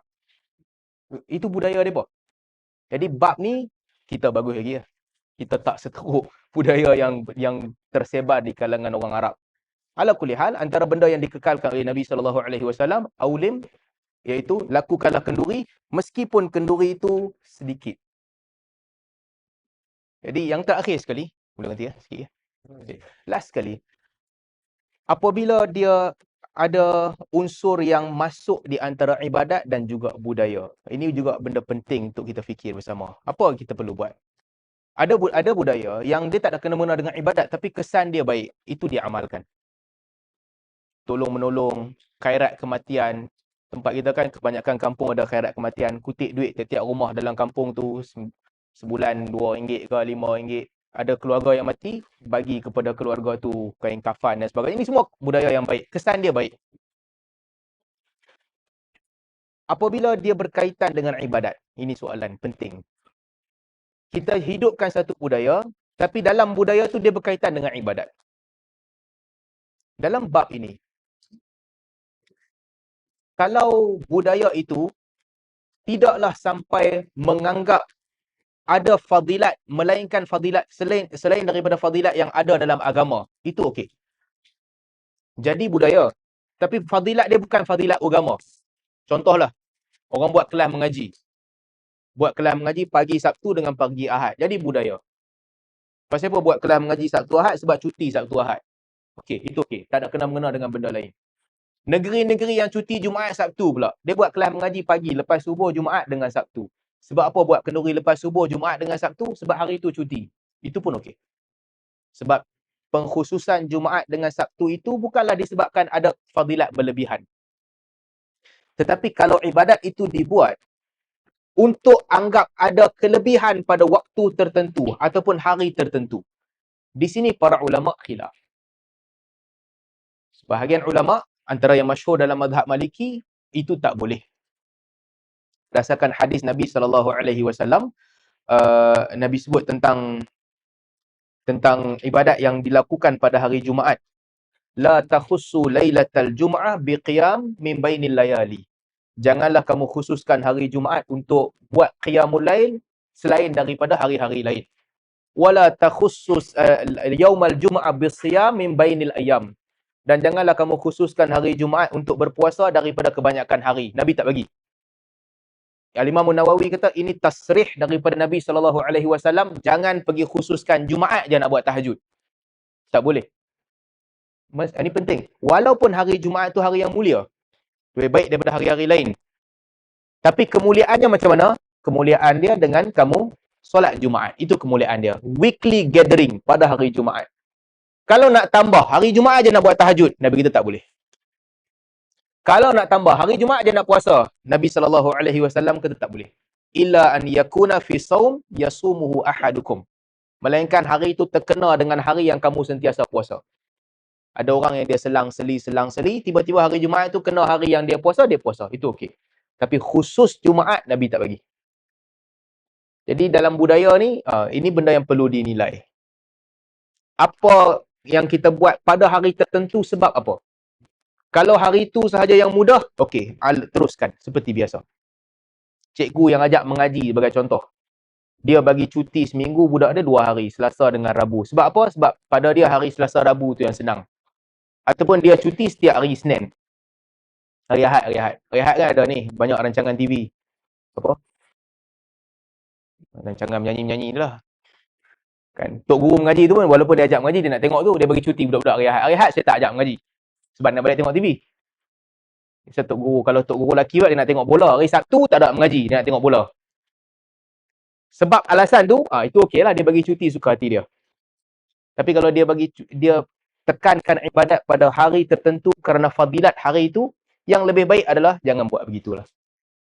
Nabi tak bagi khusus yang begitu. Kadang-kadang kan, kita ada perasaan untuk nak menghidupkan sunnah, kita pilih untuk buat pada waktu-waktu tertentu. Kita tak mampu nak buat setiap hari, jadi kita buatlah hari-hari tertentu. Tapi sebenarnya lama-kelamaan, dia tak hidupkan sunnah pun. Semua yang dibuat begini, tak berjaya untuk menghidupkan sunnah pun. Dihidupkan budaya itu. Inilah realiti yang berlaku. Sunnah tak hidup. Budaya tu yang hidup. Antara sunnah Nabi SAW, antara sunnah Nabi adalah yang Nabi selalu buat, Nabi suka adalah tahajud. Nabi selalu solat tahajud. Dan dalam tahajud tu yang terakhir 3 rakaat witir, Nabi sangat tekankan. Dalam mazhab Hanafi, sebagai ulama kata mesti buat. Nabi pesan kepada Abu Hurairah, aku pesan 3 benda, jangan tinggal. 1, sebelum tidur sembahyang witir tiap-tiap hari, sembahyang duha dan juga puasa sebulan 3 hari. So witir Nabi tekankan, solat witir. Baik. Selain daripada witir, tahajud. Ini sunnah yang paling utama lah yang boleh dibuat selain daripada solat-solat fardu, tahajud dan juga witir. Budaya kita apa yang kita buat di tempat kita? Apa yang kita buat? Menjadi kebiasaan budaya kita, setiap kali ada event yang kita nakkan berkat, kita nakkan taufik daripada Allah Subhanahu Wa Taala, kita akan buat qiyamul lail. Kan biasanya kita buat qiyamul lail. Anak-anak nak periksa, kita buat qiyamul lail. Qiyamul lail perdana lah, ramai-ramai akan pergi kat sekolah buat qiyamul lail. Begitu juga benda-benda lain. Kadang-kadang orang bagi alasan, orang kata yang amalan begini bagus sebab untuk menghidupkan sunnah. Kalau tidak, hang tak pernah qiyamul lail pun dalam hidup hang. Time ni je hang buat qiyamul lail. Orang datang. Tapi hakikatnya apa yang berlaku adalah kita tidak berjaya buat orang ikut sunnah Nabi SAW. Tahajud tidak dibudayakan pun. Dia menjadi pesta. Hari-hari itu orang datang dan orang buat ibadat. Kemudian orang balik. Sedangkan, saya dah sebut juga sebelum ni, masyhurnya budaya qiyamul lail ni, famousnya budaya qiyamul lail, sehingga budaya itu dianggap tuntutan agama pada waktu malam. Kalau orang yang nak buat pun. Sedangkan apa yang Nabi SAW buat setiap malam, itu diabaikan. Kalau tanya kebanyakan orang kan kat Malaysia, kat mana-mana kita tanya kebanyakan orang, macam mana solat malam? Tanyalah siapa-siapa pun. Macam mana solat malam? Kalau tiba-tiba hang rasa nak bangun malam, macam mana yang akan buat? Rata-rata orang akan bagi jawapan 2 rakaat tahajud, 2 rakaat taubat, 2 rakaat hajat, apa akan lagi kan? Lepas tu 3 rakaat witir. Rata-rata orang akan jawab begitu. Bahkan sebahagian orang yang dia hidupkan budaya pun, tapi budaya ni dia belajar daripada Qiyamul Lail, dia buat begitu sepanjang hidup dia. 2 rakaat tahajud, 2 rakaat taubat, 2 rakaat hajat, 3 rakaat witir. Dalam hidup Nabi SAW, Nabi tak pernah solat macam tu. Tak ada sekali pun. Tak ada mana-mana riwayat yang sahih ataupun yang dhaif ataupun yang palsu yang katakan Nabi solat tiap-tiap malam 2 rakaat tahajud, 2 rakaat taubat, 2 rakaat hajat, 3 rakaat witir. Tak pernah Nabi buat. Sebab tu sebahagian para sahabat sebut, apabila kita menghidupkan satu budaya yang Nabi tak buat, budaya itu akan mematikan apa yang dibuat oleh Nabi SAW. Macam mana Nabi solat malam? Orang tanya kepada Aisyah radhiyallahu anha, macam Nabi solat malam? Aisyah kata Nabi solat 4. Jangan tanya macam mana panjangnya solat itu. Kemudian Nabi solat lagi 4. Kemudian Nabi tutup 3 witir. Dalam riwayat lain Nabi solat 2, 2, 2, 2, 2. Semua itu tahajud. Dan Nabi tutup dengan 1 rakaat witir. Artinya solat malam Nabi SAW, itu semua tu tahajud lah. Tak ada lah khusus ini hajat, ini taubat. Yang ada witir. Witir ada. Tapi kenapa budaya ni masyhur? Sedangkan hadis tentang hajat dan juga taubat ini hadisnya lain. Hadisnya Nabi SAW sebut siapa yang ada hajat kepada Allah Subhanahu Wa Taala, dia solat 2 rakaat, dia berwuduk dengan baik, dia solat dan dia minta hajat kepada Allah Subhanahu Wa Taala. Siapa yang ada buat dosa kepada Allah Subhanahu Wa Taala, dia sedar dia buat dosa, dia ambil wuduk dan dia solat 2 rakaat, dia bertaubat kepada Allah Subhanahu Wa Taala. Konteks dia lain. Konteks solat malam pula lain. Tapi yang menjadi budaya, menjadi amalan ramai orang adalah kita kena buat macam ni. Sebab mereka belajar daripada program Qiyamul Lail. Kalau kira logik akal, semua orang pun boleh bagi logik. Tak apalah Tok Guru ajak macam ni. Tak apalah Tok Guru kata nak berkat hidup, buat tiap-tiap malam 2 ni dengan 3 witir. Tapi akhirnya persoalan yang lebih penting adalah, Nabi buat macam mana? Macam mana Nabi buat? Sebab menggunakan logik akal, semua orang boleh bagi alasan masing-masing. Ada Tok Guru kan kata, bagus mula dengan taubat dulu. Padam dosa semua. Lepas dah padam dosa semua, dah bersih, baru masuk hajat kita. Ada Tok Guru kan kata pula, bagus mula dengan tahajud dulu. Sebab Nabi sembahyang tahajud dulu, dah habis tahajud, baru kita buat optional, kita pergi bela taubat dengan hajat pula. Ada Tok Guru kan kata, bagus minta hajat dulu, minta apa kita nak minta, last sekali, baru kita tutup semua dah. Tutup dengan witir, dengan taubat pula. Mana satu yang betul?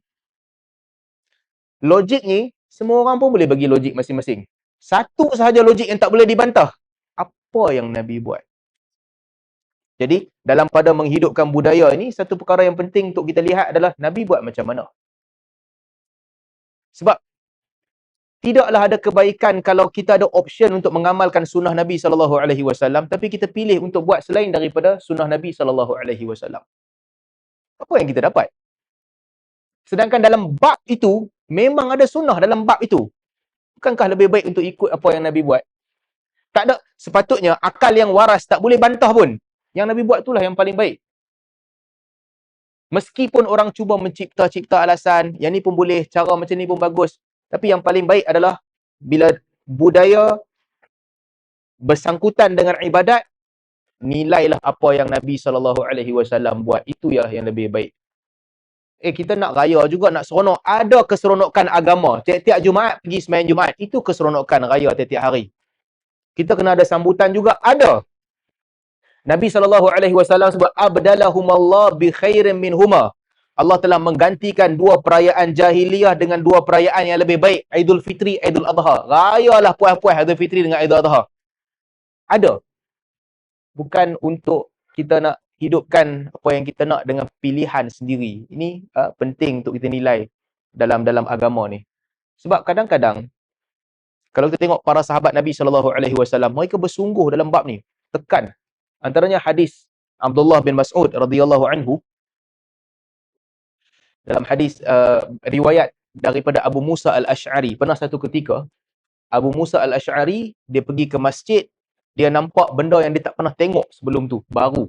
Pattern baru. Apa pattern baru? Ada satu tekong dengan satu kumpulan orang keliling dia. Ada banyak kumpulan. Tekong tu akan kata, Hallilu miyah. Ucaplah tahlil 100 kali. Ramai-ramai akan pegang batu yang mereka susun. La ilaha illallah, la ilaha illallah, la ilaha illallah, la ilaha illallah, la ilaha illallah, la ilaha illallah. Jalan-jalan satu batu tu sampai cukup 100 batu. Nak kira 100 kalilah, cukup 100 batu. Tekong tu akan kata, Kabbiru miyah. Ucaplah takbir 100 kali. Allahu Akbar, Allahu Akbar, Allahu Akbar, Allahu Akbar. Tolaklah batu-batu, tolak, sampai 100. Siap. Kemudian, Sabbihu miyah. Ucaplah tasbih 100 kali. Mereka akan tolak batu tu. Subhanallah, subhanallah, subhanallah, subhanallah. Tolak ke tepi. Abu Musa al-Ash'ari radhiyallahu anhu, bila dia lihat, dia kata, cantik ni, nampak macam bagus. Tapi tak pernah nampak sebelum tu. Ini penilaian seorang sahabat Nabi. Nampak macam cantik. Cuma satu je isu. Aku tak pernah nampak pula orang buat macam ni sebelum ni. Sebab itu tak berlaku di zaman Nabi SAW dan tak dibuat oleh para sahabat Nabi SAW. Dia nampak cantik, cuma dia tak pernah tengok sebelum tu. Apa yang dia buat? Dia pergi tanya kepada Abdullah bin Mas'ud. Abdullah bin Mas'ud ni dia lebih berilmu daripada Abu Musa al-Ash'ari lah. Dia ahli ilmu di kalangan sahabat. Dia pergi ke rumah Abdullah bin Mas'ud. Tanya. Ada sahabat yang riwayatkan dia tengah duduk ramai dengan Abdullah bin Mas'ud. Tiba-tiba Abu Musa al-Ash'ari datang, tanya soalan. Nak tanya soalan. Ada benda baru yang berlaku di masjid tapi aku tak pernah nampak sebelum ni. Cuma aku nampak macam elok. Abdullah bin Mas'ud tanya kepada Abu Musa al-Ash'ari, apa yang hang tengok? Dia kata dia buat kumpulan kecil-kecil banyak-banyak ni, ada satu tekong, dia akan kata sabbihu miyah, tasbihlah 100 kali, tahlillah 100 kali, dan juga takbirlah 100 kali. Semua ramai-ramai ni semua ada pattern yang sama daripada batu 100 biji. Tolak sampai habis. Satu kumpulan yang ramai. Abdullah bin Mas'ud kata, tunjuk kat aku. Aku nak pergi tengok. Kemudian Abu Musa al-Ash'ari kata, kalau umur hang panjang, hang jalan sampai ke masjid, kita boleh tengok. Kata Abdullah bin Mas'ud, afala amartahum an ya'uddu sayyi'atihim wa dhamanta lahum alla yadhi'a min hasanatihim. Bila hang tengok tu, pasal apa hang tak pesan dekat depa, suruh depa fikira dosa-dosa mereka. Dan juga bagi jaminan kepada mereka supaya jangan hancurkan amalan kebaikan mereka. Dia marah. Abu Musa al-Ash'ari kata, aku nak kata apa? Aku nampak macam elok. Tak ada apa-apa pun, zikir je. Abdullah bin Mas'ud kata, aku nak pergi tengok, bawa aku. Dia pergi ke majlis tu. Kemudian dia tengok orang duk zikir. Kata Abdullah bin Mas'ud, bila dia tengok mereka duk zikir, ma hadzal ladzi arakum tasna'una. Dia panggil mereka, dia masuk masjid, dia tanya, apa yang apa tengah buat ni?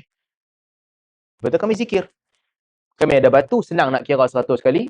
Ada seorang tekong, nak bagi suara sama bunyi macam sedap, dia suruh takbir 100 kali, kami pun takbir 100 kali. Kata Abdullah bin Mas'ud, fa'uddu sayyi'atikum. Kiralah dosa-dosa kamu. Fa'ana dhamin alla yadhi'a min hasanatikum syai'un. Dan aku beri jaminan kepada kamu, supaya janganlah kamu menghancurkan sedikit pun daripada amalan kamu. Waihakum ya umat Muhammad. Celakalah kamu wahai umat Muhammad. Ma asra'a halakatahum. Ataupun ma asra'a halakatakum. Sangat cepat kehancuran kamu. Haula'i sahabatu nabiyyikum sallallahu alaihi wasallam mutawafirun. Lihatlah, para sahabat Nabi kamu masih lagi berada di mana-mana. Penuh berada di mana-mana. Wa hadhihi thiyabahu lam tabla. Baju-baju Nabi SAW belum lagi pun lusuh. Wa aniyatahu lam tuksar. Bekas makanan Nabi SAW belum lagi pun pecah. Walladhi nafsi biyadihi. Innakum la'ala millatin ahda min millati Muhammad sallallahu alaihi wasallam au muftatihu babid dalalah. Demi zat yang jiwaku berada di dalam tangannya. Sesungguhnya, apakah kamu berada di atas petunjuk yang lebih baik daripada petunjuk Muhammad? Ataupun kamu sedang membuka pintu-pintu kesesatan? Dia marah dia. Dia berkata, ya Abu Abdurrahman, ma aradna illa khair. Kami buat macam ni, wahai Abu Abdurrahman, tak ada tujuan lain melainkan kami nak kebaikan je pun. Kata Abdullah bin Mas'ud, wa kam min muridil khair lan yusibah. Berapa ramai orang yang nak kebaikan tidak menemui kebaikan itu. Dan rawi hadis itu meriwayatkan, ketika berlaku perang Nahrawan, ramai orang yang duk zikir tadi, kumpulan zikir tu, mereka keluar berperang dengan Sayyidina Ali dan dibunuh di Nahrawan. So ceritanya, perbuatan tu nampak macam baik. Cuma Abdullah bin Mas'ud punya pertimbangan, pasal apa nak buat kalau kami tak buat macam tu di zaman Nabi? Kenapa perlu kamu buat? Kalau bukan macam tu yang kami buat. Ucapannya baik. Bilangannya pun baik. Tapi kumpul macam tu, ramai-ramai untuk zikir bentuk begitu, kami tak buat zaman Nabi. Jadi kamu jangan buat. Ini mungkin boleh menjadi asas untuk kita nilai budaya-budaya. Dalil-dalil yang umum, nak amal masing-masing. Tapi kalau nak hidupkan budaya, pesanan Abdullah bin Mas'ud ini penting. Nabi buat tak macam tu untuk nak hidupkan budaya begitu? Kalau Nabi tak buat, tak payah. Ada khilaf ke tak? Boleh jadi ada khilaf. Sebab tu Abdullah bin Mas'ud, Abu Musa al-Asy'ari dia teragak-agak. Nampak macam baik, okey kot. Tapi apabila dia merujuk kepada Abdullah bin Mas'ud yang lebih berilmu, Abdullah bin Mas'ud kata, ikut macam yang Nabi kamu buat. Jadi di kalangan sahabat Nabi ni, beberapa orang yang ada yang memang pandai, hebat dalam ilmu. Abdullah bin Mas'ud, Abdullah bin Umar, Abdullah bin Abbas. Antara tiga di antara mereka yang muda dan berilmu. Abdullah bin Umar juga sama, membantah semua benda baru yang orang buat. Abdullah bin Abbas juga sama. Dalam banyak riwayat, Abdullah bin Abbas tengok perkara-perkara baru yang orang buat, takbir beramai-ramai dalam masjid, dia bantah. Jadi, pendirian para sahabat yang berilmu, begitulah. Ikut sebagaimana yang dilakukan oleh Nabi SAW. Panjang aja. Tak apa. Ya, cuba. Nak Betul yang ke? mulai terus. Ha? Yang mulai terus. Dia mulai terus. So, sambung ke? Tak apa. Hmm. Panjang. Nak sambung ke? Yang mulai terus malam ni. Boleh tahu macam mana yang mulai Nabi. Okey, Ustaz, mungkin ada satu soalan lah. Bab nihayah ni, meratapi kematian. Masa zaman Nabi, anak Nabi Ibrahim meninggal, Nabi menitis air mata, sedih sebab anak meninggal. Adakah itu dikira nihayah ataupun macam mana cara tahap-tahap ataupun guideline untuk kita sedih lah meratapi kematian? Niyahah ni kan, okey. Niyahah, menangis itu biasa. Menangis biasa. Apabila Nabi SAW menangis, Sayyidina Umar tegur, Nabi kata tak, ini kebiasaan, biasa. Orang akan menangis. Menitiskan air mata tu benda yang dilakukan dan tidaklah ada larangan ataupun bukan satu benda yang aib untuk menitiskan air mata. Yang menjadi isunya adalah apabila berlebih-lebihan ataupun buat-buat. Apabila buat-buat, ini dilarang. Sebab itu dalam hadis yang kita sebut tadi, Nabi SAW sebut, bukan daripada golongan kami orang yang laqamal khudud. Orang yang dia tampak muka dia. Dia sedih. Biasanya sedih orang menangis. Tapi dia tak cukup dengan tu, dia nak tambah ekspresi kesedihan dia dengan dia tampak muka dia. Au syaqqal jiyab. Ataupun dia koyak-koyakkan baju dia. Itu yang dilarang. Ataupun menangis dengan suara yang bising, niyahah. Meratapi dengan suara yang kuat supaya yutazakkar, orang ingat tangisan itu. Ini yang tak boleh, dilarang oleh agama. Dan ini semua kebiasaannya bukan sebagai kesedihan, tapi dia sekadar budaya yang dihidupkan dan diamalkan oleh ramai orang. Dia budaya. Cara untuk menghadapi kesedihan, buat macam tu. Ini dilarang oleh agama. Kalau zaman sekarang ni, budaya Arab tak buat dah. Sebahagian Arab orang buat juga, tapi Arab Afrika lah banyak. Mungkin sebahagian orang di Sudan dan sebagainya, dia masih buat budaya itu. Tapi ini budaya yang tak baik. Sepatutnya, kalau orang tu menangis secara semula jadi, setakat tangisan dia, terpulang masing-masing. Apakah menangis itu lebih baik daripada tak menangis? Tak semestinya. Apakah tak menangis itu lebih baik daripada menangis? Tak semestinya juga. Nabi SAW ketika kematian cucu Nabi SAW, Nabi menangis. Nabi menitiskan air mata. Nabi titiskan air mata. Dalam masa yang sama, Sayyidina Umar radhiyallahu anhu, dia berpegang dengan pesanan Nabi SAW, dia marah terus orang menangis. Sehingga pada hari kematian dia pun dia marah orang. Orang main melawat dia, nak tengok dia dekat nak mati, dia marah orang. Jangan menangis. Jangan menangis. Jangan menangis. Jadi, tidak semestinya itu naluri semula jadi manusia. Orang yang boleh tahan diri dia ketika kesedihan, dia tak menangis langsung, dia tahanlah diri dia. Orang yang terbawa-bawa dalam kesedihan itu sehingga dia menitiskan air mata, dia titiskan air mata. Kedua-duanya itu baik. Cuma yang tak baik apabila buat budaya jahiliyah sampai tampak pipi, ini had ataupun border yang tak boleh dibuat. Itu niyahah. Niyahah bukan tentang menitiskan air mata. Dia tentang tindakan yang lebih daripada itu. Dan yang membantu untuk niyahah ni adalah melampau-lampau mengenangkan orang yang dah mati tu. Melampau-lampau duduk, ceritakan, buat menghidupkan kesedihan, ini tak boleh juga. Membantu orang untuk buat niyahah. Kata Imam Syafi'i, apa yang penting adalah yu'azza bima amara bihi Nabi sallallahu alaihi wasallam. Pergi jumpa orang mati, ucap takziah sebagaimana Nabi sallallahu alaihi wasallam ucapkan. Inna lillahi wa inna ilaihi raji'un. Mudah-mudahan Allah masukkan dia ke dalam syurga, mudah-mudahan Allah ampunkan dosa dia, Allah letakkan dia pada kedudukan yang tinggi. Sabarlah. Di sebalik ujian ni Allah Subhanahu wa taala bagi jalan keluar. Itulah yang paling baik. Lebih kurang ucapan-ucapan yang arahkan mereka bersabar dan juga istirja'. Kita tak payah duk cerita. Dia ni mati, aku tak baru perasan 2 minggu lepas dia ada cerita kat aku satu benda yang pelik, tak pernah cakap macam tu. Baru 2 minggu lepas dia cakap macam tu. Tak tahu pula kalau aku tahu. Ni, sembang tempat lain abang-abang macam ni semua. Kan semua orang main cerita benda macam tu. Cerita, ada tanda saya nampak dia ni, tiap hari lepas dia minum kopi dia balik rumah. Tadi dia macam tak mau balik rumah. Dia macam nak sembang dengan kawan-kawan dia tak habis lagi. Apa drama-drama ni semua? Tak ada keperluan. Ucapkan kebaikan, istirja', doa yang baik-baik. Kalau kita lawan nak keluarkan benda pelik yang orang mati tu buat, memanglah kita akan jumpa. Kita akan jumpa dan kita akan cari-cari apa benda pelik yang dia buat. Dan kita akan jumpa. Tiap-tiap hari pun kita buat benda pelik. Cuma sebab kita tak mati, orang tak bagi perhatian. Kita dah hidup lagi, orang abaikan je benda pelik yang kita buat tiap hari. Cuma mati. Hari ni terlupa stokin, esok terlupa kunci, lusa terlupa isi minyak kereta mati tengah jalan. Ada sahaja benda pelik yang kita buat. Tapi sebab kita tak mati je.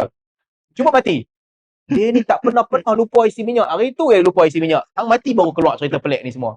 Ni semua mainan lah. Mainan minda. Tak ada pun benda pelik dalam hidup orang. Kecuali benda pelik tu kita nak besarkan sebab hari tu dia mati. Jadi yang lebih baik berpegang sebagaimana yang Imam Syafi'i sebut. Rahimahullah. Ta'ziah dengan minta mereka bersabar dan juga istirja'. Wallahu a'lam. Assalamualaikum warahmatullahi wabarakatuh.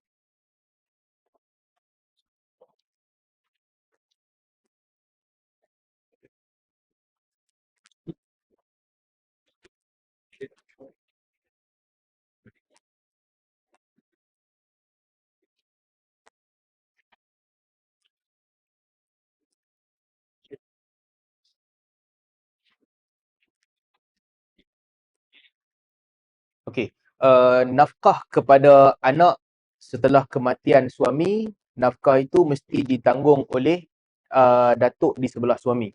Datuk di sebelah suami, mereka bertanggungjawab untuk membesarkan anak itu. Okey, dia macam ni lah. Isteri tu dia ada bahagian yang dia dapat. Dia dapat bahagian, kalau dia ada anak, 1/8 daripada tinggalan suami. Kalau tak ada anak, 1/4. Jadi tak ada anak, dia dapat 1/4. Kalau ada anak, dia dapat 1/8. Bapa dan juga mak, kedua-dua mereka ada bahagian. Kalau dia ada anak lelaki, dia ada anak lelaki dan anak perempuan, dua-dua akan dapat 1/6, bapa dan juga mak. Ada bahagian untuk bapa dan juga mak dia. Kemudian anak lelaki dan anak perempuan seperti biasalah. Anak lelaki dapat 2 bahagian, anak perempuan dapat 1 bahagian. Okay. Kenapa antara hikmah, kenapa bapa kepada orang mati tu ada bahagian untuk dia dan mak juga ada bahagian untuk dia? Sebab mereka ada tanggungjawab yang mereka kena tanggung. Tanggungjawab untuk memberi nafkah kepada budak-budak yang ditinggalkan. Dan tanggungjawab itu tak hilang meskipun perempuan tu kahwin dengan lelaki lain. Kalau perempuan tu dah kahwin dengan lelaki lain, lelaki baru ni bertanggungjawab terhadap isteri dia dan anak-anak yang dikandung oleh isteri dia daripada dia. Itu tanggungjawab dia.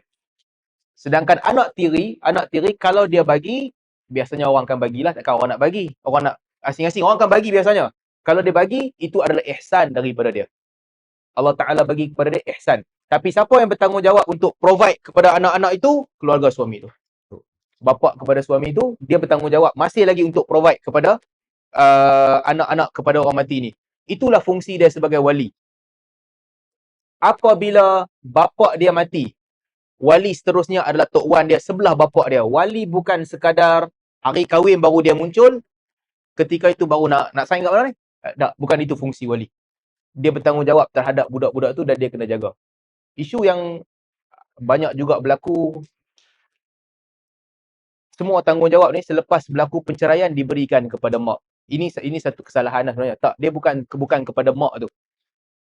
Mak itu kalau dia sebagai pemegang amanah untuk jaga harta anak-anak dia sehingga balik, dia pegang amanah. Tapi tanggungjawab masih lagi dipegang oleh keluarga kepada lelaki tu. Dia kena jaga. Nanti kita boleh buat tajuk lain kot tentang antara ihsan dan juga tanggungjawab. Ini banyak juga benda yang Lepas. kita terlepas pandang. Ada benda yang ihsan, bukan tanggungjawab. Betul. Contoh kan, kalau kita keluar sikit daripada tajuk. Biasa kalau perempuan lepas kahwin, dia duduk rumah lelaki tu, dia kena jaga lelaki dia satu hal. Lepas tu dia kena jaga mak mentua, pak mentua dia juga. Dia juga kena jaga. Tak cukup dengan mak mentua, pak mentua dia, ipar-ipar dia sekali dia kena jaga. Perlukah dia jaga? Ramai orang kata perlu, kena sayang mentua macam sayang mak bapak kita. Betul, pandangan tu betul. Baguslah di sudut ihsan. Macam mana kita sayang mak bapak kita, kita sayang mertua kita juga. Tapi perlu atau tidak? Tak, itu bukan kewajipan dia.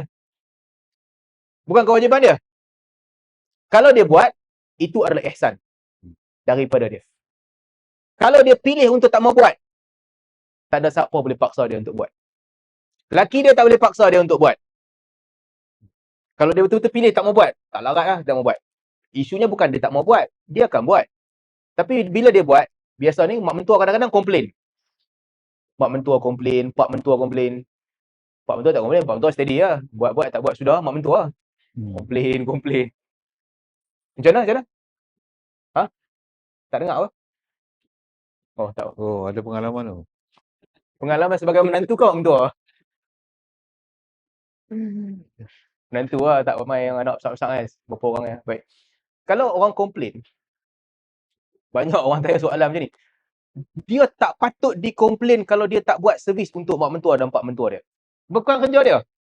Kalau dia buat, hang ucap terima kasih. Kalau dia tak buat, hang suruh anak hang buat lah. Dia bukan anak hang. Di sudut hukum. Kalau dia buat, yang terbaik dia buat juga, itu adalah ihsan daripada dia. Dia tidak menanggung tanggungjawab itu. Itu lain kalilah kita buat tajuk tu. Cuma balik kepada soalan Haji Basit, keluarga kepada lelaki itu, bapa dia masih bertanggungjawab.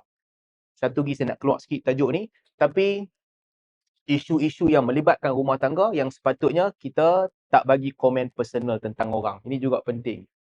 Sebab apa yang terjadi dalam rumah orang, kita tak tahu. Ini pun satu isu yang ramai orang suka cakap. Bila berlaku isu dia tu mati, bergaduh menantu dengan mak mentua, ramai orang suka bagi komen. Mak mentua ni bagus lah apa ke, menantu tu yang kurang ajak. Sebelah lagi pula bagi komen, menantu ni bagus, mak mentua nak bolot harta. Ini kita jangan sekali-kali masuk campur. Sebab kita tak tahu apa jadi dalam rumah tu. Jangan masuk campur, jangan bagi fatwa, jangan bawa dalil untuk sokong satu kumpulan. Jangan terlibat langsung. Sebab hang tak tahu apa jadi dalam tu. Ada banyak keluarga yang keluarga tu bagus, teratur, terurus, tiba-tiba masuk menantu ni dia bagi jahanam hubungan keluarga tu.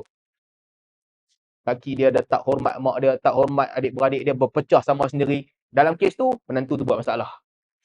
Ada banyak juga keluarga masuk menantu, mentua dengan ipar, mereka tag team ramai-ramai, mereka royal rumble menantu ni. Kena teruk, kena tekan. Dalam kes tu, mereka yang jahat, dia baik. Mana hang tahu keluarga tu macam mana? Kategori A ke kategori B? Selagi kita tak tahu, jangan pandai-pandai lebih komen rumah tangga orang. Jangan letak dalil di mana-mana pun. Sebab kita tak tahu jadi dalam tu apa. Ini banyak orang suka tulis kan. Oh, kalau aku jadi mentua, aku buat macam ni lah, macam ni. Kalau aku jadi menantu, aku buat macam ni lah, macam ni. Yang tu hang, tak nak kena-mengena dengan dia. Jangan komen dalam rumah orang. Ini juga benda penting untuk kita ambil iktibar bersama-sama. Sebab kita tak tahu situasi tu siapa yang baik, siapa yang jahat. Kalau betul-betul, kadang-kadang dia ada orang ni, dia suka nak komen. Tak boleh, orang yang dizalimi aku mesti tolong. Dah lah hang tak tahu siapa yang zalim, siapa yang dizalimi. Yang kedua, Orang-orang yang rapat dengan dia, tolong dia, sudahlah, hang tak payah terlibat. Kalau hang tolong ke hang tak tolong, dia tak untung pun. Untuk dia diam. Selagi kita tak terlibat di dalam tu. Wallahu a'lam. Panjang ni Haji. Panjang 9.30 lah. Tajuk ni pun boleh panjang Ustaz. Kita boleh buat next topic lah. Boleh. Ya. Okay lah. Next Ustaz insyaAllah. Ustaz kena ready lah. Soalan-soalan netizen ni. Okay. Boleh insyaAllah. Tajuk macam ni okey lah juga. Haji Rahman bagi tajuk. Wish! Kita pula. Tajuk kita tengok pun macam. Okey lah. Tak apalah. Okey. Kita start lah kot. Besok pun ada aktiviti lain. Bola lah. Kan. Water sport kan. Usra besok lah. Jadi, okey lah. Rasanya kita tutup malam ni lah. Kebun dah panjang. Cuti pun panjang. Kita pun panjang juga malam ni. Jadi, kita stop lah buat sementara. Untuk kita, tapis-tapis sikit. Filter sikit tajuk-tajuk tu untuk Usra akan datang insyaAllah. Okey. Semoga malam ni kita dapat manfaat. Saya rasa manfaatnya terlalu banyak lah kan. Tentang budaya. Budaya nampak simple tapi benda tu banyak yang salah sebab kita tak ikut sunnah Rasulullah. Tapi bila kita nak tegak sunnah Rasulullah, ramai pula yang patah. Itulah masalah cabaran yang kita sebenarnya, yang penting bagi kita lah, saya rasa lah kan. Ilmu itu penting sebenarnya. Kalau ada ilmu, kita akan terbuka minda dan kita akan fikir ilmu itulah betul, ilmu Rasulullah itu yang betul dan itulah yang kita ikut insyaAllah.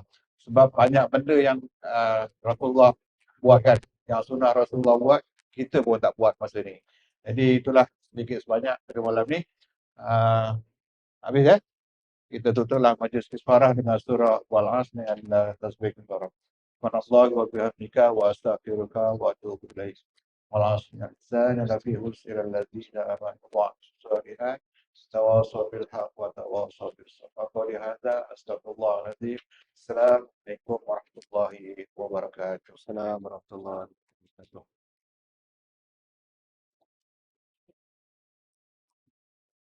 Dah. Amor, jam setengah.